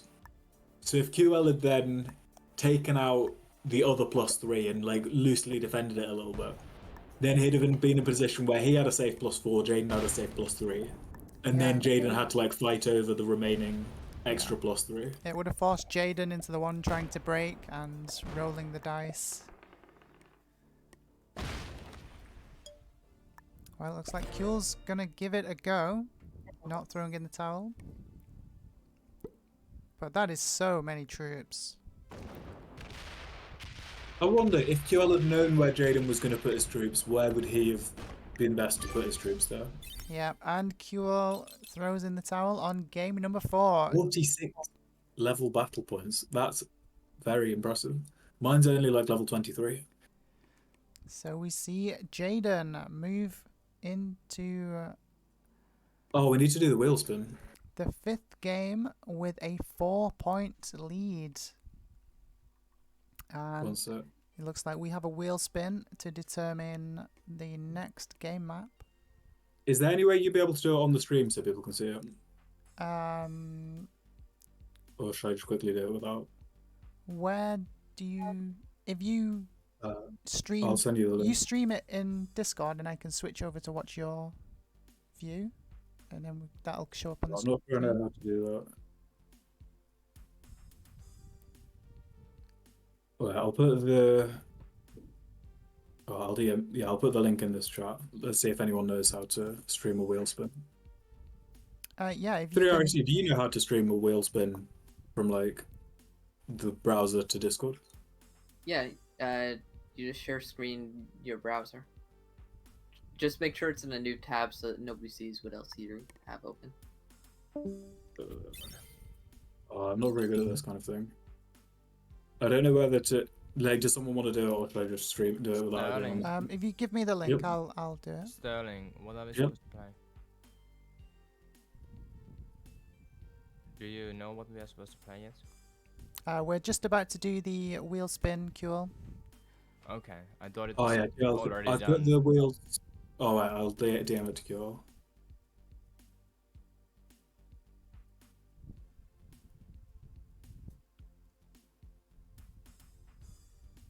Yeah, maybe he knows how to stream a wheel spin. So we've got here.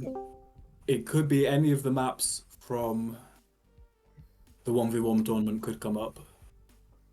So they've not known until now what they'll be playing. So it'll be interesting to see what comes up and like how they play on it, because I think it is definitely a lot harder to kind of be ready for everything, and they've not had much time to practice either.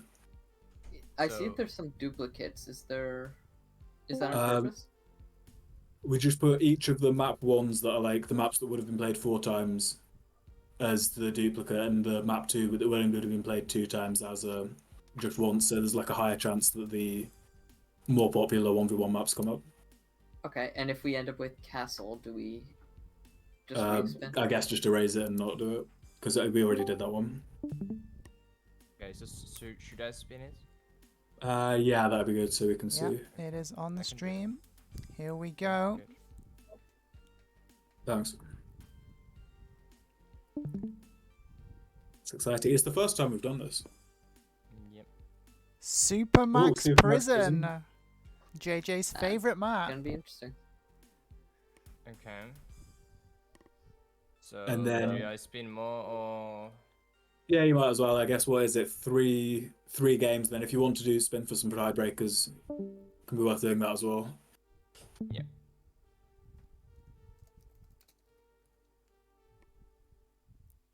Do we play Dynamo? Uh, or do we skip? That's a Is it one? respin, I believe. Do we play it or not? No, remove it and try a different one. Okay. Okay, so we've got Supermax Prison. I think that one had blizzards and portals this time. Boston. Got another world domination map with Boston. Another So- one Blizzard. Wait, is this Boston one doesn't with? have portals, right? It doesn't. It should be the same settings as 1v1 tourney maps. I Yeah. can quickly check this for you if you want.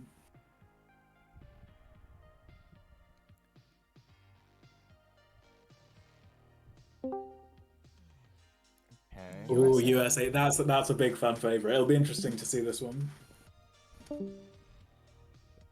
I think that of all the 1v1 maps, actually, that had the most votes in the last set of map voting. At least. Wait. Brazil. Well, Brazil, if Cup we're of looking Conquest. forward to it, then Qlwl better get us there. Brazil's, I think, was definitely either Brazil or France was the most popular. I think Brazil was the most popular for caps. It's a big favorite for ranked particularly. A lot of players have had like very France. impressive win streaks playing ranked on Brazil. Everyone's favorite 1v1 map, France, is the next pick. I don't know if it is. It's Nah, I don't think it's a favorite. It is a favorite, but it's not everyone's favorite. Okay, should we spin more? I mean, chances are we won't need like loads of tiebreakers, so it can kind of stop there and like if we Yeah. need more, we can spin them. Yeah, I guess I'll spin it all, but. Yeah, I think really- either way works, doesn't it? Like, there's no rush. Yeah. Just ticks over to Jules Verne. Okay. I don't know if is someone writing this down? Yeah, I'm I'm typing. Yeah, taking it's I'm supposed to taking be in the screenshots final and- spread, so we've got a track. I took a screenshot of all of this and sent to the finals. Simple world. As well. Simple World, I think, is the smallest map of the ones that we've had, but actually there's a lot of strategy to it. So really interesting one. Mother of I doubt we have to go this far, but it's just curious to see like what does come up. Mother of Worlds has been a new map this season. It's been a little bit controversial, but it's always good to kind of give some new things a try, see how they play out. Dicey Oh, again, the other new trajectories. map, Dicey Trajectories.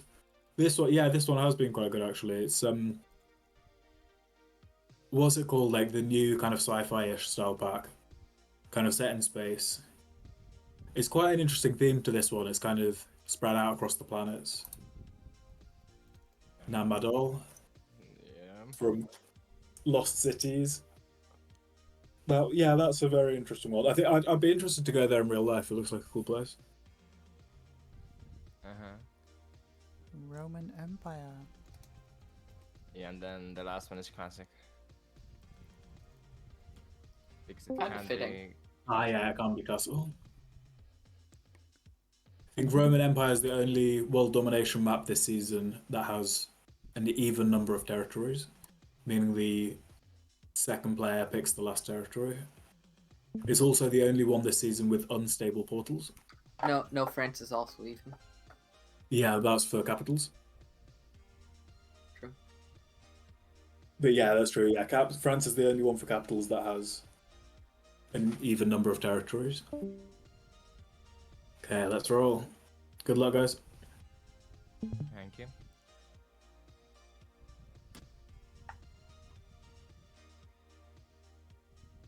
I want QL to win some more so that they play more games. Yeah, if Jadon wins the next two, it's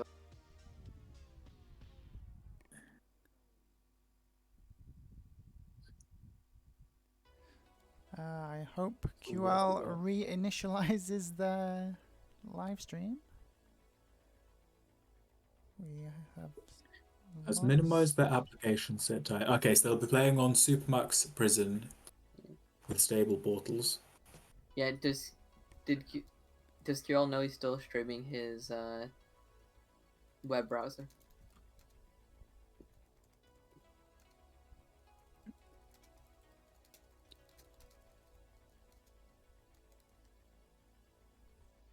I'm pinging them in the Discord as we speak.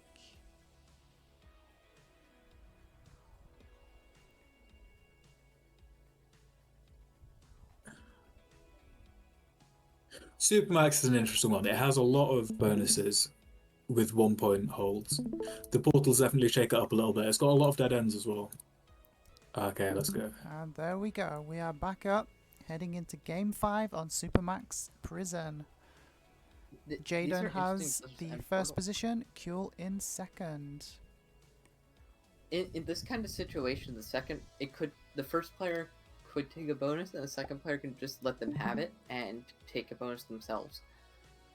Could they? Which bonus? Well, one that would take the bottom left, then would take the bottom right. Yeah, I guess actually because the first player will probably be forced to take that middle portal. So then the first player can't hold the bottom left, but they potentially could hold the bottom right, and then the second player hold the bottom left. Well, as the second player, sometimes you take the portal yourself and just say, yeah, you could take that bonus, and then you take the bottom right because bottom right's a better bonus, troop gain wise.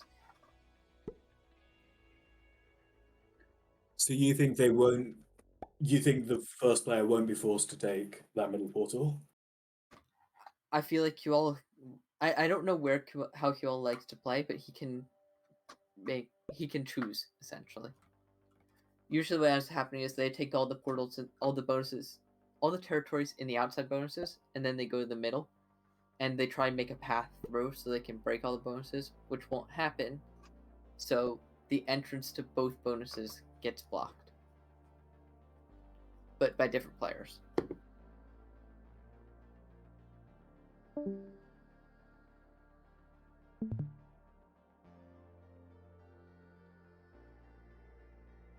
I think the bottom right's really important here, isn't it? Because I think, as you said, it's a lot of troops. It's the only one really that's not affected by a portal. That's why Qlwl might just take the portal, because he can only break one of them, and if he takes the portal, he can break the +7. If he takes the entrance to the +7, he can break the portal one, but that's only like a +5. So it's more important to break the +7.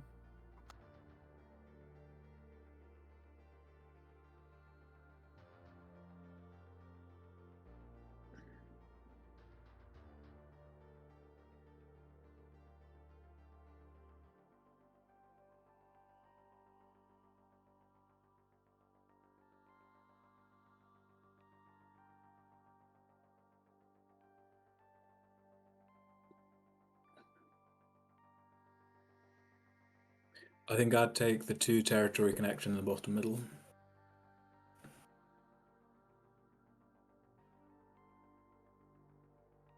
Yeah, he's going. Oh yeah, Jadon took it. I think they're both kind of filling up the bonuses that they don't see as so important because of the portals first, rather than kind of blocking the parts they see as more strategically important.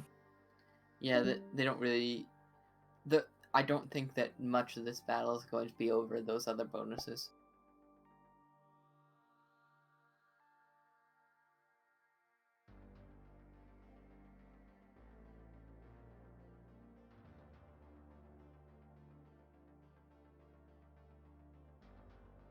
The territory in front of that bottom right bonus is important, isn't it?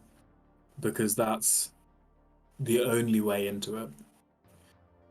Yeah, but if Qlwl focuses too much on that, it's only +6, not even +7. The +7's at the top left. But if Qlwl focuses too much on the bottom right, and he doesn't have access to a portal, Jadon could do a bait and switch and take the 2 bonuses that you can only access through a portal, and hold them with. That's why I think the last territory will be that middle portal, because I think probably maybe even the middle portal and that other territory of the middle bonus that blocks a bonus. But they're both really not going to want to make it easy for the other person to be holding a bonus.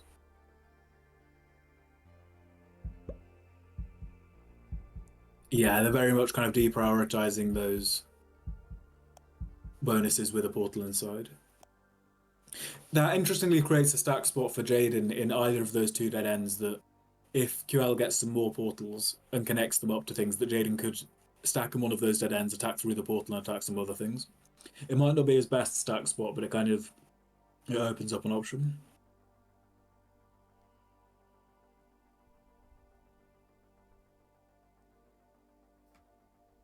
Yeah, I don't envy them in this position because it's tough.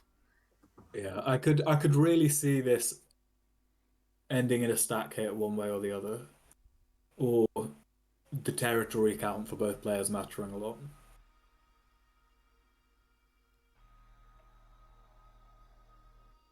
I don't think either player is going to want to make it easy for the other player to kind of just block them and get a clean, easy win.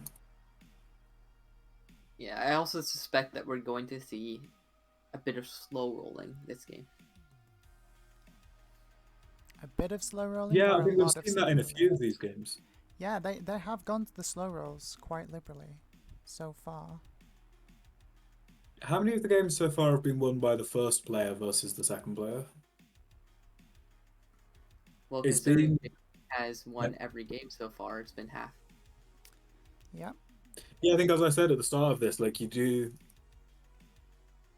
always end up seeing more second player wins in tournaments than you'd expect for whatever reason, but like I think it always feels in practice like the first player wins like a really big chunk of the time, but then there's always a surprising amount of wins from the second player in tournaments. I think both Yeah. times Qlwl has been in first position, they've had a terrible roll, losing 10 troops, and I think that has been the swinging moment in those games, and that's perhaps why they lost. So I don't know what Well, your guys' Jadon thoughts are on won. that. Jadon lost 10 on 8 in the first game, but he still managed to win a 52% cap roll. So he essentially had to win a player. slightly stacked coin flip.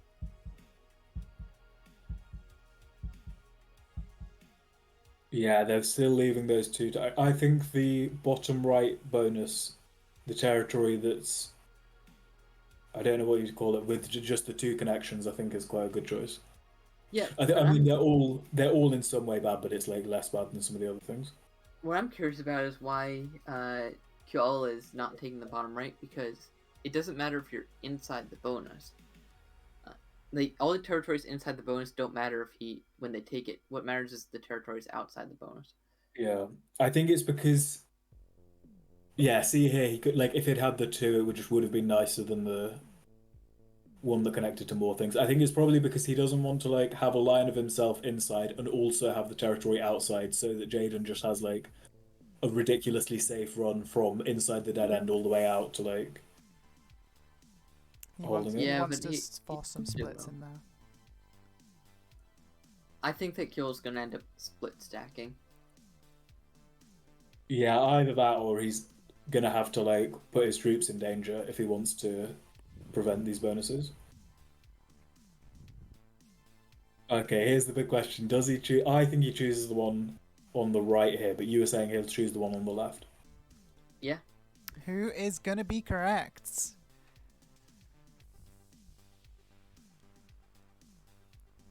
He's thinking, isn't he? It's not is obvious. I don't Sterling think it is Fortune, obvious. Is Sterling Fortune gonna be good at telling fortunes?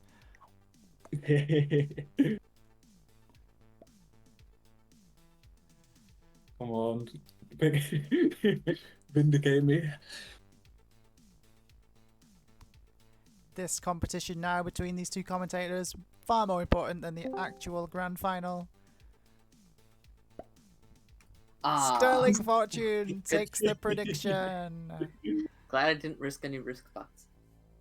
So, if the trouble is, Jadon can just place inside that bonus on the right, can't he? So QL, if he just places in front of that, can be hit. And if he places elsewhere, I like those twos. He's can't be making the hit, but then splits Jadon can even take the more bonus on the painful. right. Yeah. Because if I was Jadon, I'd just, that's interesting. I would have just one stacked on the right and just taken that bonus. But he's gone a little bit bolder and is, Yeah. I guess, taking a little bit more. Well, Even adding more to the right So, there. Like, yeah, I would have added We're gonna more. see this path to the portal. Does he if he come takes to that this top portal? right bonus, if Qlwl wants a guaranteed break, he has to open up Jadon's stack. Why? Back Yeah. up. Why did he add more on the top right? Like I would have just wanted a little bit more in the bottom right. Maybe he didn't see the +2s, but like 5 on 2. he feels very thin there when he could have guaranteed. Just sits on He's the forcing portal. Qlwl to have to open his stack in order to break both of them if he doesn't get lucky. Okay, Qlwl finally getting some dice luck there. Yeah, I think that Qlwl's gonna pull it back this game. Yeah, I think he deserves it. I think he's played really well this game. Yeah, he could take 2 he could break and take that bonus because it's just a straight line. Yeah, he Straight should. line from the portal down into the back. I don't think he should get too greedy here. Yeah, but he keeps doing it. We'll see if it pays off. Yeah, he's got this. He can hold the bonus. If I were him, I'd place on the I portal in would've- bottom left and just hold that bonus. Yeah, but I would have left a 2 or a 3 in the top right portal as well. Oh, he doesn't should have place placed on in the that portal in the portal. bottom left. Was that a misclick, perhaps? No, I think he's just that making it a little bit harder to break him, but I think it's fine because, like, if Jadon wants to break the bonus, he has to open him. So we're going to see Yeah. some slow rolls again. Is Jadon... Oh yeah, they have to choose which to try and break. Oh, just did a single he die rolls a roll. single die roll. special. I can see the logic in that. To be fair, like it's a do or die situation. Yeah, he's going to fail the rolls. Ql's luck finally holds in one of these games. And it looks like that's a foregone conclusion now, right, guys? I don't think Yeah, he should have this Jadon's now. going to Yeah, come back. He could just take a bunch of Yeah, territory. and there we go. Jade has Jadon done. acknowledges the victory. And I Ql. think what almost happened is like he had such a good game on Dino World when he split because the split was correct there that he kind of carried that splitting strategy through to here where he didn't really need to and actually could have just taken an easy win with one stack. Ql finally getting a point on the board in game 5. The dice, the luck, all on his side in that game. Let's see how we do going into game number 6. We have to try and get the turn orders reversed, so we may see some restarts.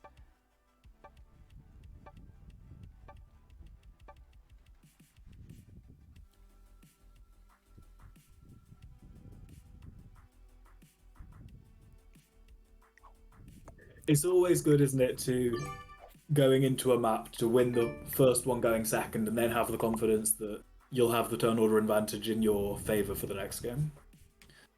Yeah, and this might give Qlwl a chance to bring back, especially if there isn't a similar portal. If 5 of the bonuses have a portal in it, it really favors the first player, while the second player has a shot if one of the portals is just outside one of the bonuses. Yeah.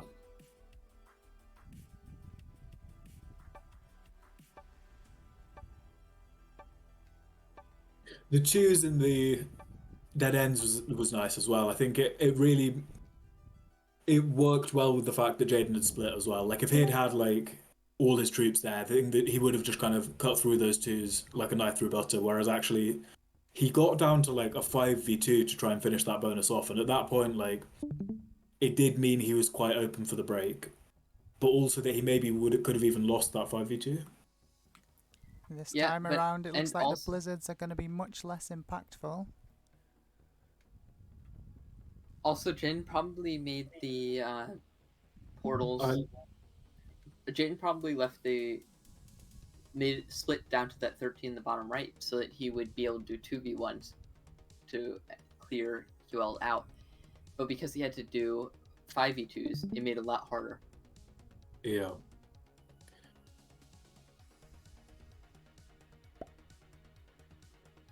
I think QL takes, or Jadon takes the other, dead end there. Yeah, I believe that I think that Qlwl is That going to be bonus forced is- to take the portal because that is a +7 in the top left. Jaden can't let him have Yeah, I think the portal in front, I agree with you, the portal in front of that +7 is probably going to be the final territory. I was wondering that, like, which of those two territories in the middle one, because they're both 2 connection, is actually the good one. Jadon probably mirrors that with another in the same bonus. They'll probably Yeah. end up with 3 of these each. What I'm Yeah, I think surprised that about +7 is is important. why. Well, Jaden could have actually taken the advantage and picked in the bottom instead of picking that top bonus, because that portal doesn't matter, and tried to take some tempo off of Qlwl. But it doesn't really matter in the long run. This is Game 5 of the Grand Finals of the Risk 1v1 World Tourney 2023. You can see from the scoreboard, Jadon currently leading 4-1. Who is going to prevail in game number 6 even? This is game number 6.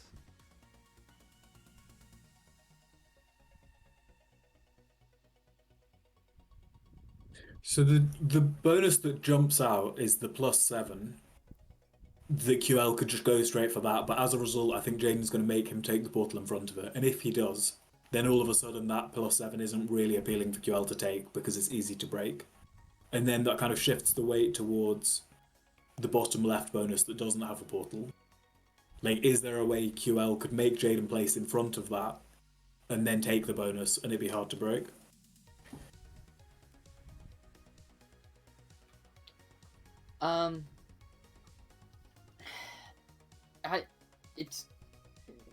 I think the main thing is Qlwl wants to be able to take a bonus and then break Jadon. So he might end up taking multiple bonuses to try and make it harder for Jadon to take that top bonus, or he could just predict that Jadon's going to stack inside that bonus to try and take it and stack in there himself and go for a bonus hit turn 1.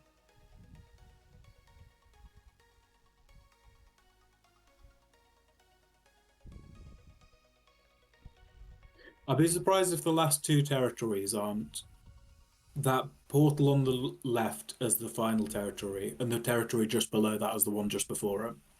Yeah, I With think those there's being no the way last that's 2, not. because those bonuses are just very important. The bottom right, depending on how the portals are connected, interestingly, is a 1 point. It's just a 1 point on a portal that connects to a lot of things. Yeah, Jadon could actually hold that potentially, because Qlwl is going to be forced to take the easy portal. So if Jadon takes the bottom right, Qlwl might not have access to a portal to use the stack to break it.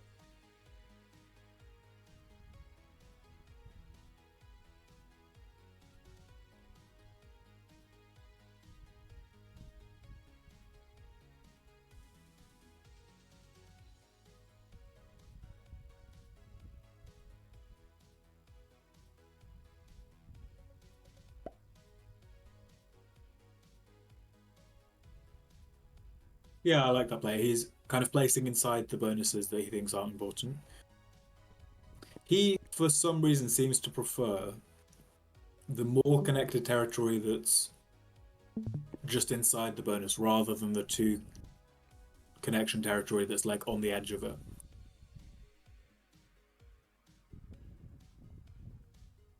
Do you think that's maybe about avoiding kind of connecting to the center?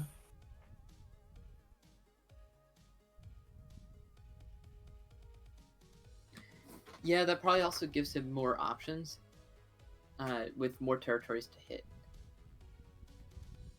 Do you think we'll see another game like the last one where Qlwl makes 1 stack and Jadon takes 2 stacks?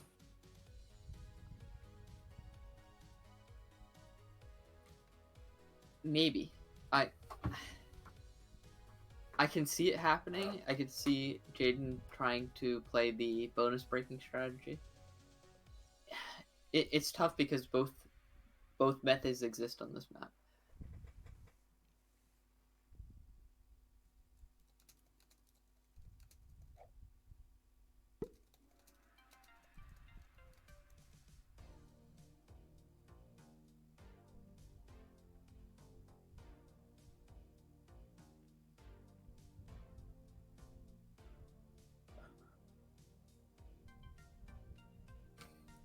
Jin could also leave his stack in a position where Qlwl can hit it and just hope that Qlwl gets a really bad stack hit.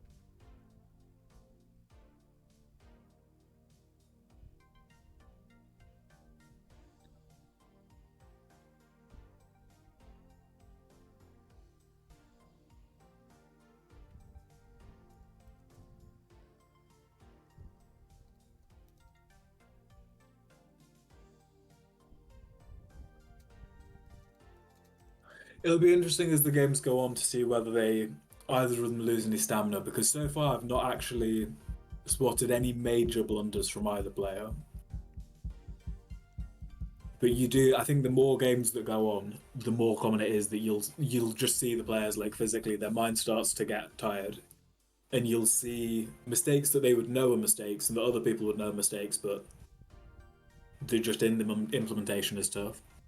Like in even tournament finals before, like we've seen, like as it gets towards the later games of the series, like people just use the wrong dice roll, like accidentally open the opponent's territory, click the wrong territory, like. There's a lot of potential mistakes you can make in Risk that can have a high impact.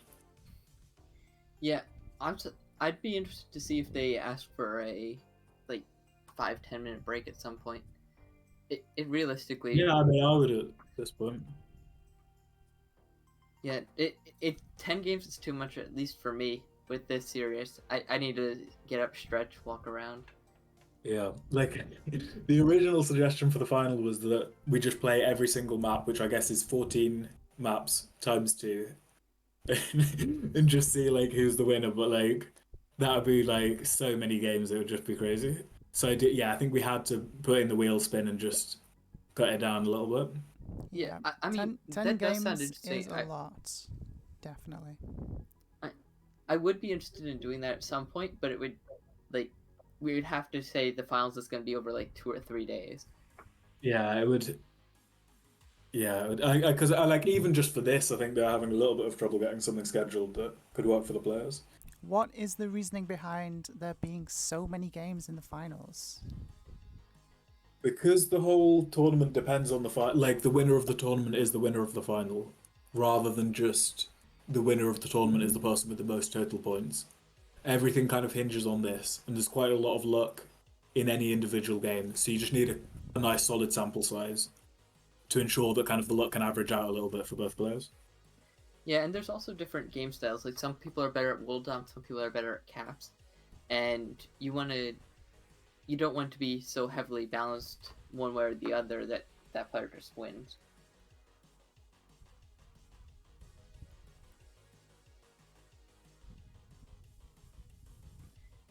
It is the finals of the World 1v1 tournament. You want, and 1v1 is, there's a bunch of different maps. You want to showcase as much as you can. I'd go for the bottom right territory. Is that portal on the bottom right earned? I actually can't see through the UI still. Yeah, that's been taken. No, no, the bottom one also hasn't been taken. But Qlwl just takes it as we start talking about it.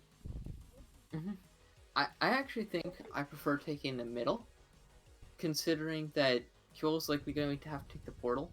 So if Qlwl takes the middle and takes the bottom left bonus, and leaves the stack in the entrance, he will have access to the bottom right continent if Jadon decides he wants to take that bonus as well.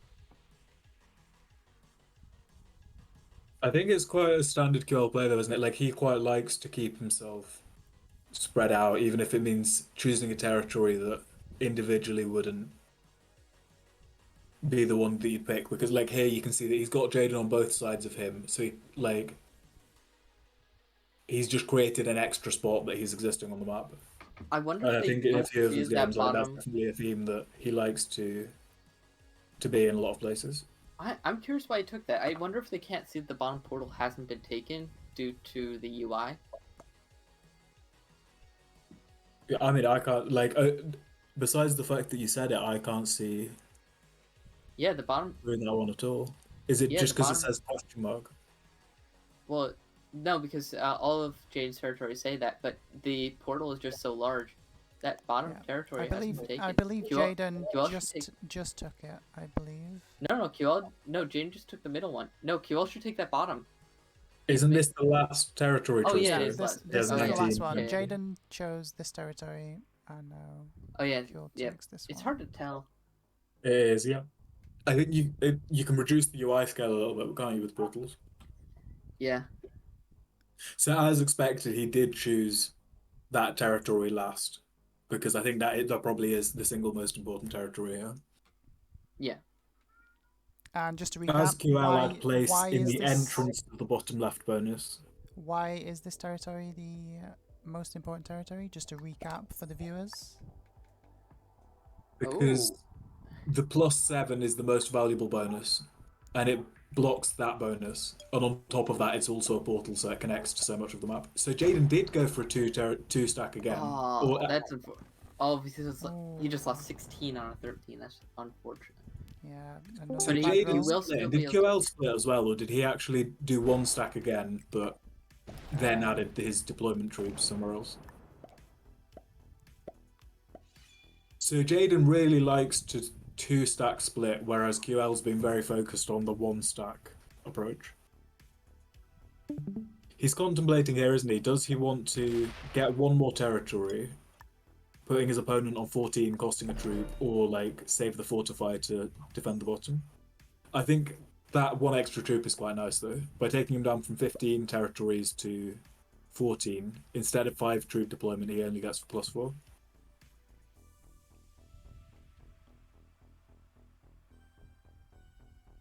This map is 42 territories, similar to Classic, Boston, Namadol, USA.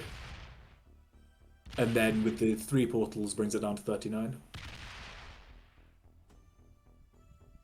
So we're gonna see I- them slug it out, trying to reduce territories.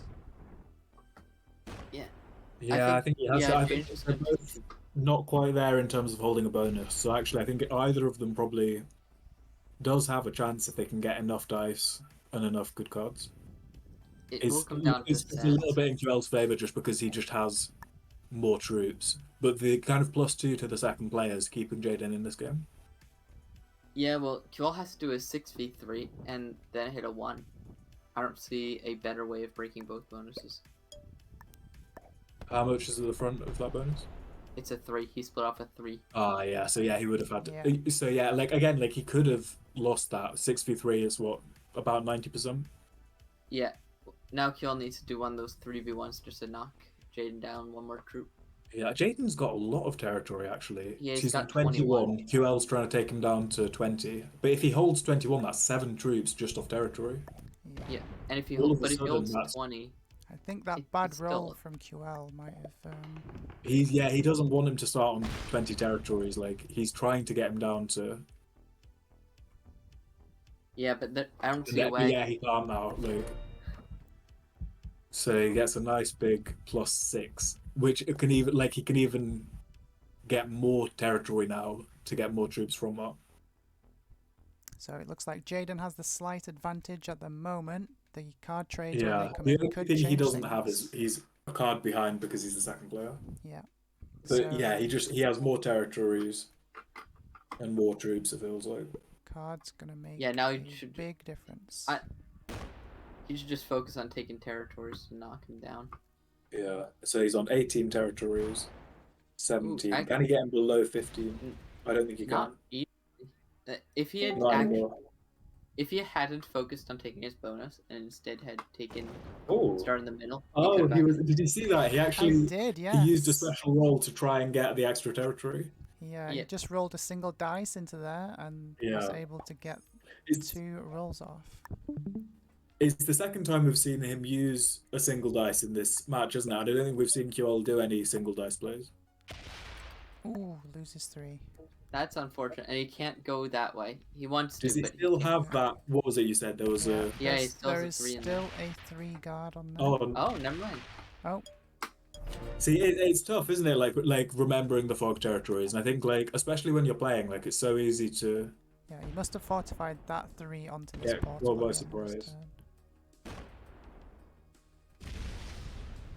So this time he actually does have a hidden troop, but is that going to move?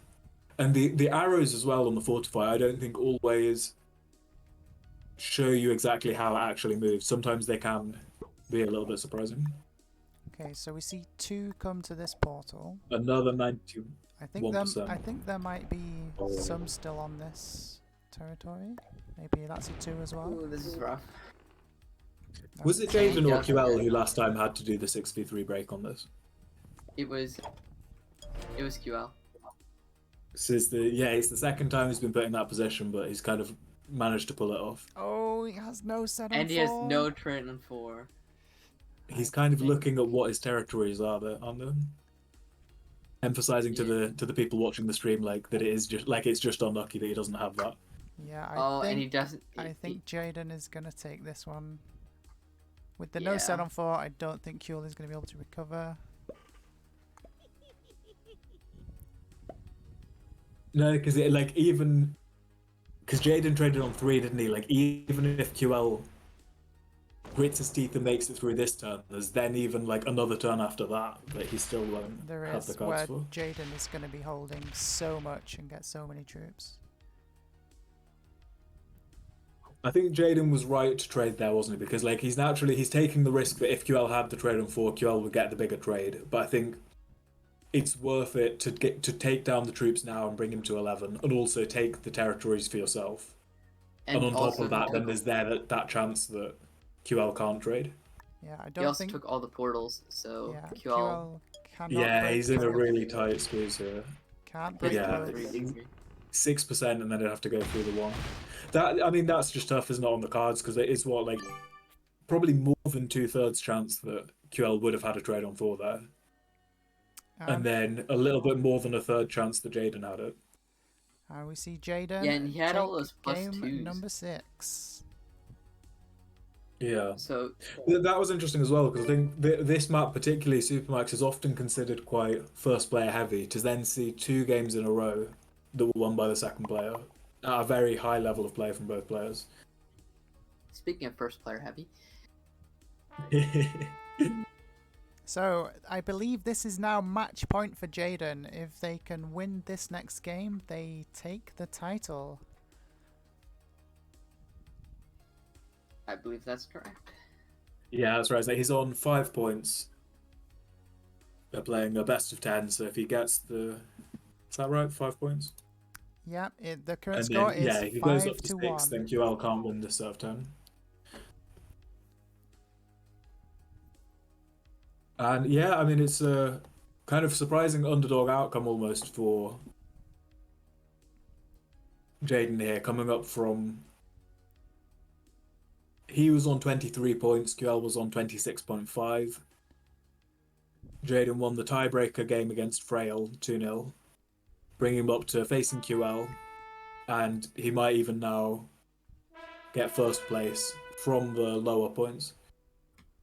Well, this isn't the first time Jadon has been the 1v1 champion, correct? Yeah. Yeah, he was very strong the season he did win. I think he might have even won all of his matches. Is Qlwl going to get first position? Oh, he does not. He ends up in second. This is going to be an uphill battle for him to try and claw this back.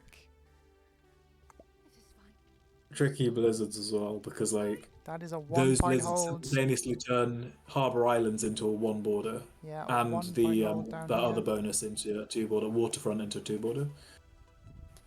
I don't think he has any choice but to break Jadon's bonuses in this opening, because it's just too much to let Jadon start with +2 or +3, even though he doesn't want these kind of blocking territories and Jadon getting these nice dead ends, but it's kind of the price you have to pay to stop the bonuses. Well, actually, I've heard some theory that if you let them take one of those +2s to the top, instead you take the outside bonus, the outside territory in that +3 in the middle, the 2 territory +3, because then you can actually break that top right one. I don't know if he's I've definitely seen people do it. It's just I think the tough thing is if they stack hit you and they don't have a bonus, it's close enough troops that it can go either way, and they can lose quite a lot, and you're +2 because you went second to make up for it. Whereas if they can stack hit you and they've got a bonus on top of that, it becomes 100% and they just smash through you, and it's a lot harder to pull back from it. What's the reasoning why there wasn't portals for this map for this tournament? They make so it's more disconnected without the portal, so it's easier to block your opponent. I think with portals on this, you'd often just see the first player can just hit the other person's stack, or just take a lot of territories and kind of de facto win. Whereas here, the first player can place in a place where they're ready to take something, but equally then the second player can take something bigger, and then kind of block the first player's troops into taking a victory. That's fair. Like, and also I guess the second player can make it so the first player, they can take the bonus, but then they leave their stack to defend it, and they can't do anything with the stack their next turn. Yeah. It's very satisfying, I think, on a map like this where it looks so... like, there's so many things the first player could go for when you actually do block their troops and kind of pull it off and get something yourself, or kind of outsmart them and outstack hit them, and, like, you actually turn it around. I quite like the dead end next to the blizzards in Harbour Isles. I think he had to take that though, didn't he, because of the bonus? Wait, which one? So in you bottom see right? there's the two blizzards, like the territory touching both blizzards. Well, technically it doesn't touch the second blizzard, but yes, I know what you mean. I knew you'd say that.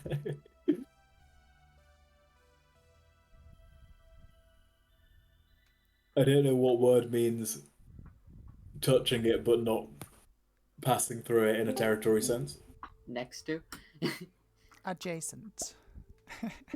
Yeah, but Yeah. it's even more than that. Like, it physically is touching it. But yeah, like, you know what I mean. Like that, I think that is a nice territory here. It's a one border, and it kind of, I think that bottom right bonus, what is it, +5 one border is just really important. So Jadon's already kind of dug his heels in with the other side of it. So now him having both sides of that just makes it really hard to hide troops there without them being accessible to him. Yeah. I think the territory in front of that bonus is a very important territory that probably will have to be left to, like, probably till last, if not till quite close to the end. Yep. There's a 3 territory cut across the middle of the map as well.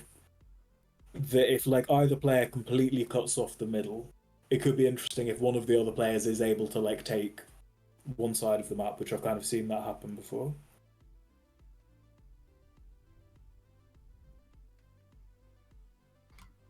I definitely see that that's a possibility where there's three territories that essentially cut the map in half, and if you take all 3, then you're not gonna really be able to go anywhere, and they Yeah. take the other half.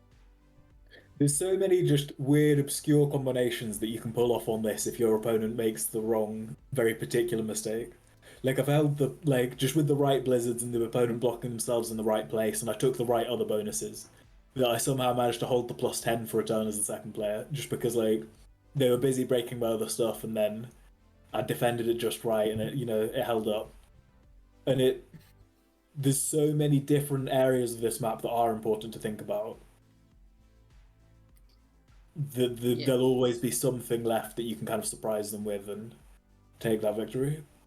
Yeah, this is one of the weird maps where you can let them hold a bonus if you can take something better, because Yeah. there's so many options. If you are just joining us, this is Game 7 of the Grand Finals of the 1v1 World Tourney 2023. Facing off, we have Qlwl and Jadon, both top Risk players. Jadon currently sitting on a 5-1 lead, and on match point, if Jadon can take this victory in Game 7, they take home the championship. Can Qlwl claw back from the deficit? Let's find out. Joining me in the VC currently is Sterling Fortune and Eric. Any particular standout advantage that you guys can see at the I moment? have a prediction, and my prediction is that Jadon splits his troops and Qlwl makes 1 stack. No, really? If you guys And it's like, have just joined us, that's because that's what both players have done pretty much every single game previous to this one.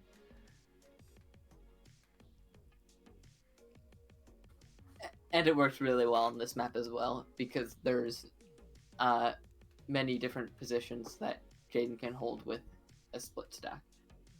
yeah, I think that like this is one of the positions where, in quite a genuine way, like if he does it right, there is potential to pull off a nice split. He's got that nice deep, like one connection +5 at the bottom. Like he's got the +3 on the right. He's got, you know, all of these little one connection at the top. Like there's even that 2 connection above the blizzard on the right. Like even on the left as well. Like that's a +5, and it's only 3 borders. So like with the element of surprise, and if Ql's one stack's only able to attack one of his things, if Jadon can take a couple of positions, he could definitely be holding a bonus.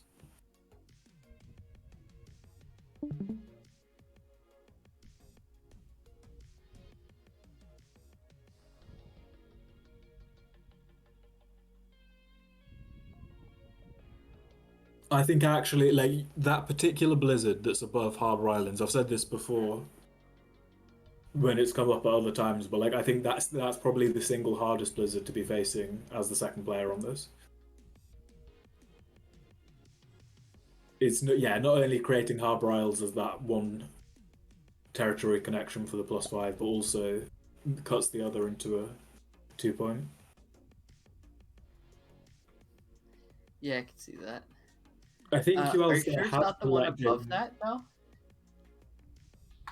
I would think the one above Harbour Island is worse for the second player due to the fact that it creates another 1-point hold continent.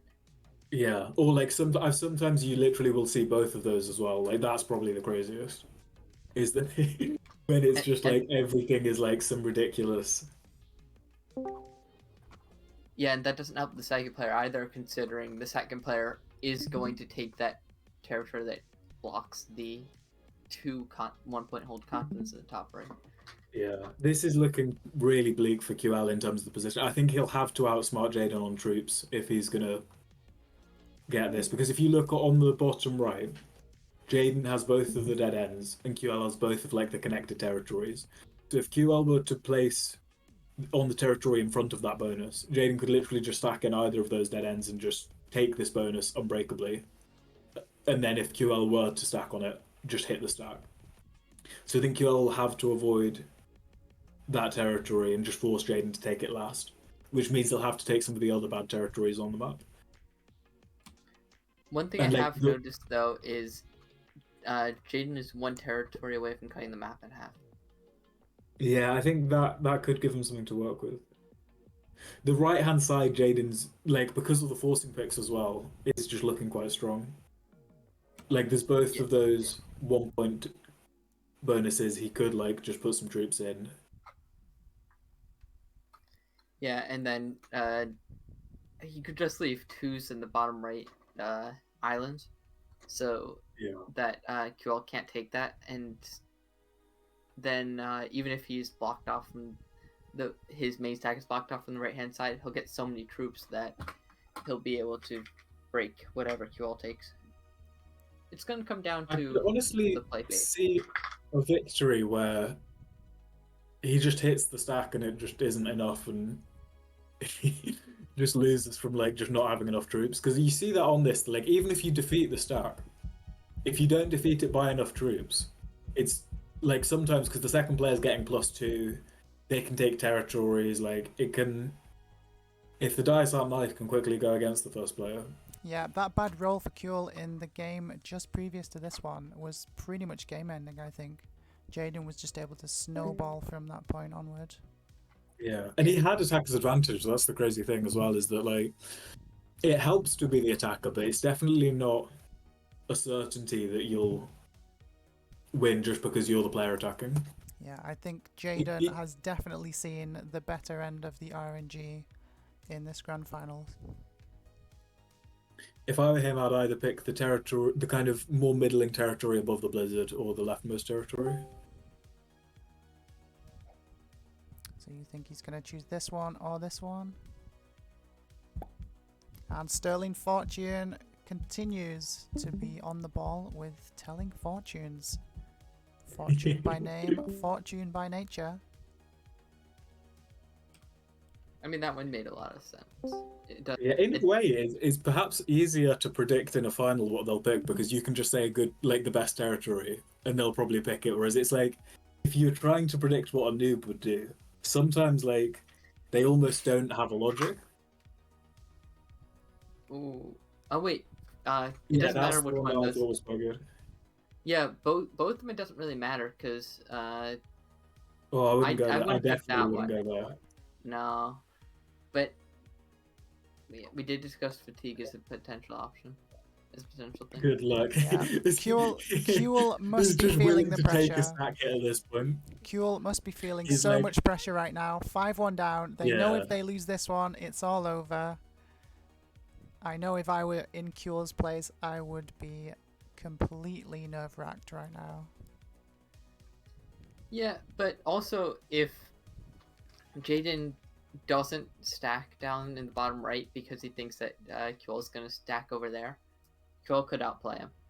Yeah, but if I was Jadon, I'd just stack in the bottom right, take the bonus if he doesn't go there, hit him if he does go there, and like obviously you could get a bad roll, but like the worst case scenario is that you probably win on the roll, and the best case scenario is you just get a free win. Whereas like if he does some kind of risky psychological play and tries to predict him, QL could actually kind of outflank him on the troops and catch him by surprise and outplay.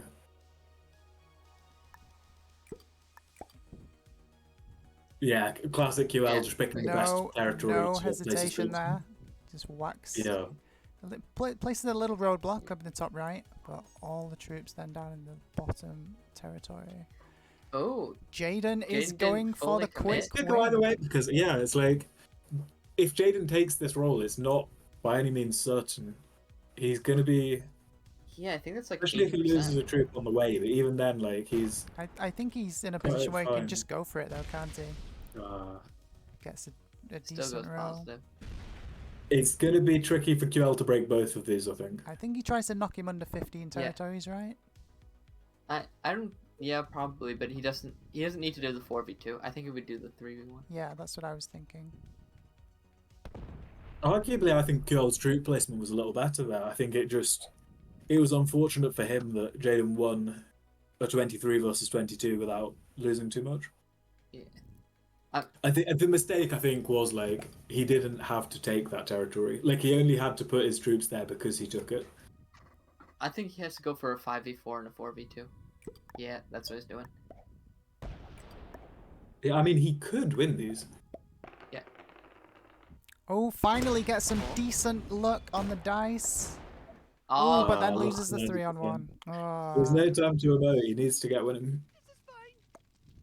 I think he may have given up here. 75%. Why would he still roll? Well, he gets the break, but No, he get- Jaden's yeah. still holding so many 17 territories. yeah, So that Jaden put still Jadon holds on so many 22, so he gets +7. I think that's a lot of territory and troop for Jadon. Yeah, I think all Jaden needs to do now is just whack everything there, retake this bonus and just hold it, and I think that might be game. Yeah, just take loads of territories. There's not much he could do in response to that. He decides to go the other way, taking 3 bonuses. Qlwl is going to get 4 reinforcements troops, and they won't be able to break everything. I wouldn't say won't because he could get insanely lucky with the dice. He has to do 5v5 and then get the other 2. GG. Yeah, that's game. And that is game, ladies and gentlemen. Jadon takes Very well played. game number 7. Almost a complete clean sweep. We have a new 1v1 world champion, and that is our black player, Jadon. That was really strong, I think, from both players. Which, like, it was interesting that it came out so far in his favor because I think in places he played a little bit better, but I think sometimes the dice has to go one way or the other, doesn't it? Well played, Qlwl. Yeah, thank you. I mean, I don't feel like I played too well, but yeah, GG's. Some really Yeah, rough dice look seem at to points favor, there. I didn't spot any major errors. Well, the Castle games included some errors, I think. Not correct slider usage, probably incorrect manual picks, and well, he outplayed me in true replacement in most games. You also got a bit greedy in that last turn, but I mean, In the Castle game? yeah, Yeah. in the first game. Yeah, They're all I quite subtle though. Yeah, I think overall just a really strong performance from both players. Very high standard of play. Yeah, I mean, the dice were definitely in Jadon's, like, Yeah, I side I in did general, definitely but notice that. yeah, in general, but I mean, yeah, I think in general he also outplayed me, so yeah. Did he gain That's any where- new superstitions? Hmm? Did he gain any new superstitions? What do you mean by that? I'm not sure. Different, different people blame different things on bad luck. Yeah, I'm not familiar with the word. That's why I asked. I haven't heard it ever. Was there a Superstition. particular point, Qlwl, where you thought that the game was just completely lost, or did you always feel like you could pull it back? I know we were rooting for you, looking on and watching, and there was definitely some nail-biting moments there. I mean, when I left the game, I think then was the point where I didn't have any chances anymore. But well, there's usually a chance, like there's usually a chance to make a comeback with good enough dice. But yeah, when I left, that's at the point where I thought there's not a chance anymore. Yeah, totally makes sense. Wow. I was quite surprised with the a bit of a landslide victory from Jadon there. He was definitely the underdog going into this. I wouldn't say so. I think Jadon is better than me. Well, You had a really strong season either way though. Like I mean, every I other did, match but you won but puts I you still up in the think ranks Jadon with is better than me. the other 1v1 tournament winners. Yeah, I mean, I didn't play against Jadon during this season until the finals now. If I did play against him earlier, things could be a lot different. is Jadon in the VC by any chance? I don't think so, but I mean, we can ask him to join if he'd like to.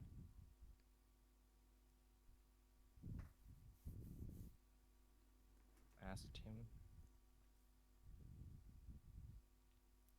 But yeah, at least at least it didn't take for too long. Oh yeah, I mean theoretically it could have gone on for like ages, couldn't it? Like if you had enough tiebreakers. Yeah. Yeah, most definitely. Hi everyone. Hey, Hello, Jadon. Congrats. Jadon, our GGS. new 1v1 world champion. How does it feel? It feels good. Yeah. I knew it was going to be a hard match coming in, so I'm glad I was able to win it. Yeah, well done. How- Thanks. How do you think the Sure. dice treated you in this grand finals? I think my dice were a little above average.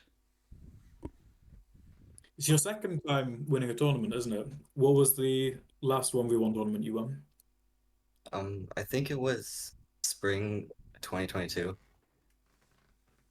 So, Jadon, Yeah, I a think that sounds right. two-time world champion. Who are you against in that final? I think I think I might have actually been against you, and then, but that was the ELO tournament, so it was Yeah. So it's like cumulative, isn't it? yeah. So I was already like pretty much gonna win that one, unless I did pretty poorly. Cool, I'm Jadon. assuming you won the match. Wait, what'd you say? I'm guessing you beat me in that match. I think it was like 6-4 or something. Ah, nice. Congrats. Thanks. So, Jadon, which game of this grand finals do you think was the most challenging or the most fun, in your opinion? Hmm. Well, I think I liked the second game of Dino World because it seemed like it would be pretty hard for me to win, but then I did that move where I took 2 bonuses, so then he couldn't like break both of them. And yeah, I think I liked how I played that one. Yeah.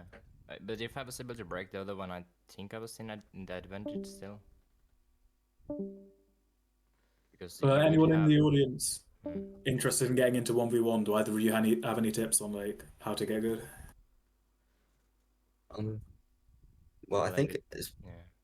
it's just like if you practice more, then you'll naturally get better. But a reason that it's nice to get good at it is it also helps with other areas of gameplay. Like every FFA ends with a 1v1, so Yeah.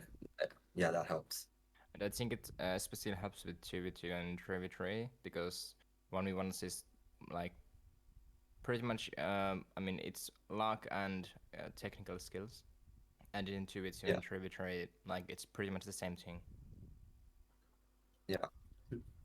If you want to get better at it, I would contact a top player, top 1v1 player, and try to Yeah. like ask them to help you to get better also.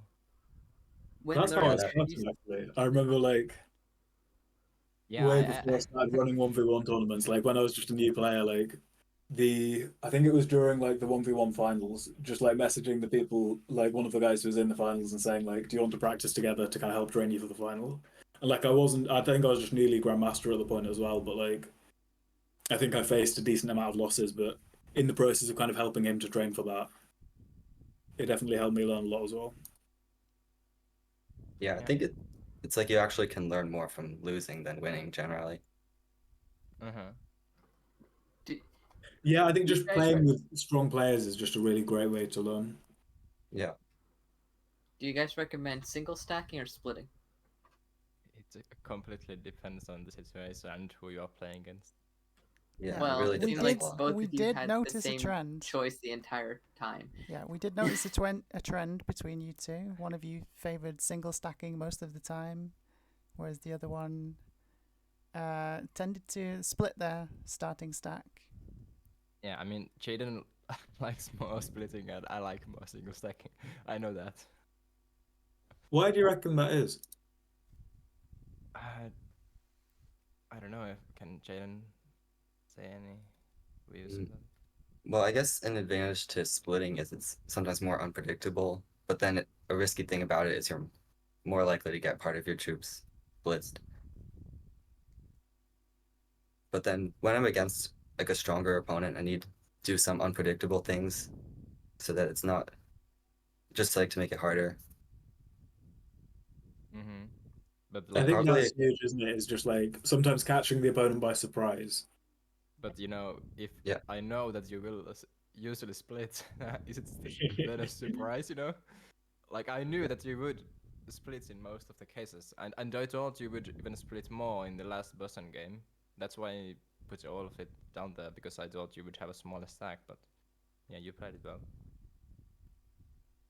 yeah, I guess now that I know that you know that I split more, I should probably not do it as much. Yeah.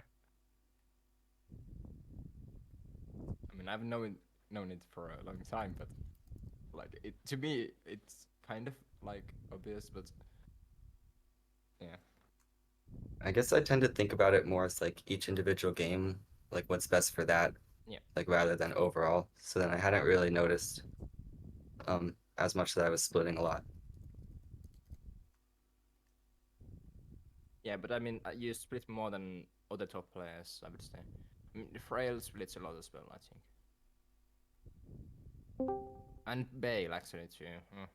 So that's interesting. So the people who win a lot split a lot. Mm-hmm. I mean, Maybe I need to split a bit more. it has become a norm to single stack almost always, so if you can split around that, then you can outplay your opponents. Oh, it also Oh, it's time another to add the 1v1 tournament winner roles. This is always fun to do. So you are now 1v1 tournament winner, and Jadon's Well- 2 times 1v1 tournament winner. I don't nice. feel like a winner, but thanks. Another thing I consider like when I'm splitting is if I'm trying to do like go for a stack blitz, I usually single stack, but then if I'm going for a continent, then I guess I might single stack for that too, but I also might split to have one stack go for the continent and the other stack be like elsewhere.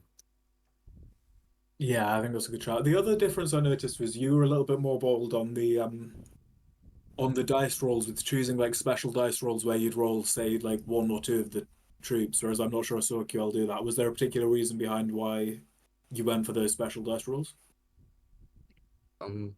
Well, one time on Supermax when I did it, I guess I got a little greedy, just like thought I could take an extra territory.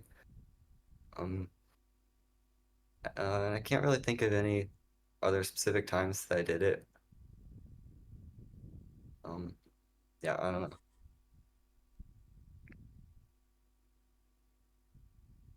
But like, I know if I'm facing a good player, I need to sometimes take risks to.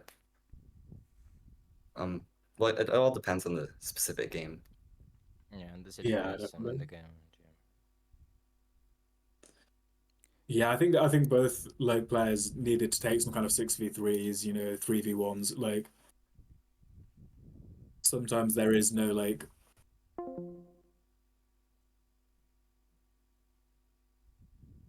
I agree.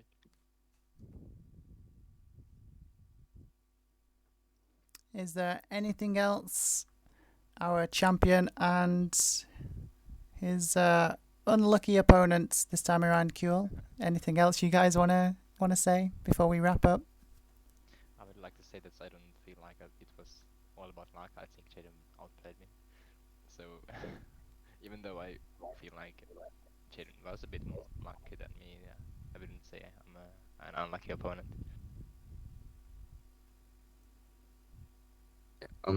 I guess one thing I want to say is I want to thank Sterling for hosting this tournament because it's been a really good experience every time I've done it, and yeah, so I'm looking forward to the next one. Yeah, thanks for playing, guys. It means a lot. Yeah, definitely the same thing. Like the first tournament I ever joined was the 1v1 tournament last year, on the summer one, and yeah, and I haven't been able to make finals. The first tournament I played, I made 9th place. It was top 8 makes the finals, and last 1v1 tournament it was top 4 makes the finals, and I made 5th place. So it has always been I know from that one feeling place very from well. yeah. Yeah, it's great to see that progression though. I think like the skill really does build across the tournaments. Yeah, I have been playing a lot of Risk recently, so it has like made a difference for sure. Well, Thanks for joining us, guys. well played, you two, and congratulations once again to our 2023 1v1 champion, Jadon. And Thank you. see you all next time. And thanks for hosting, Leona. See you around, guys. It was my pleasure. See ya. See you later.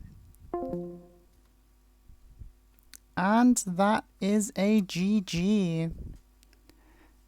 Thank you all for watching. If you enjoyed the content, why not hit the subscribe and like buttons so that you don't miss out on future content. See you next time for some more fun, love, and snuggles in our never-ending quest for the GG.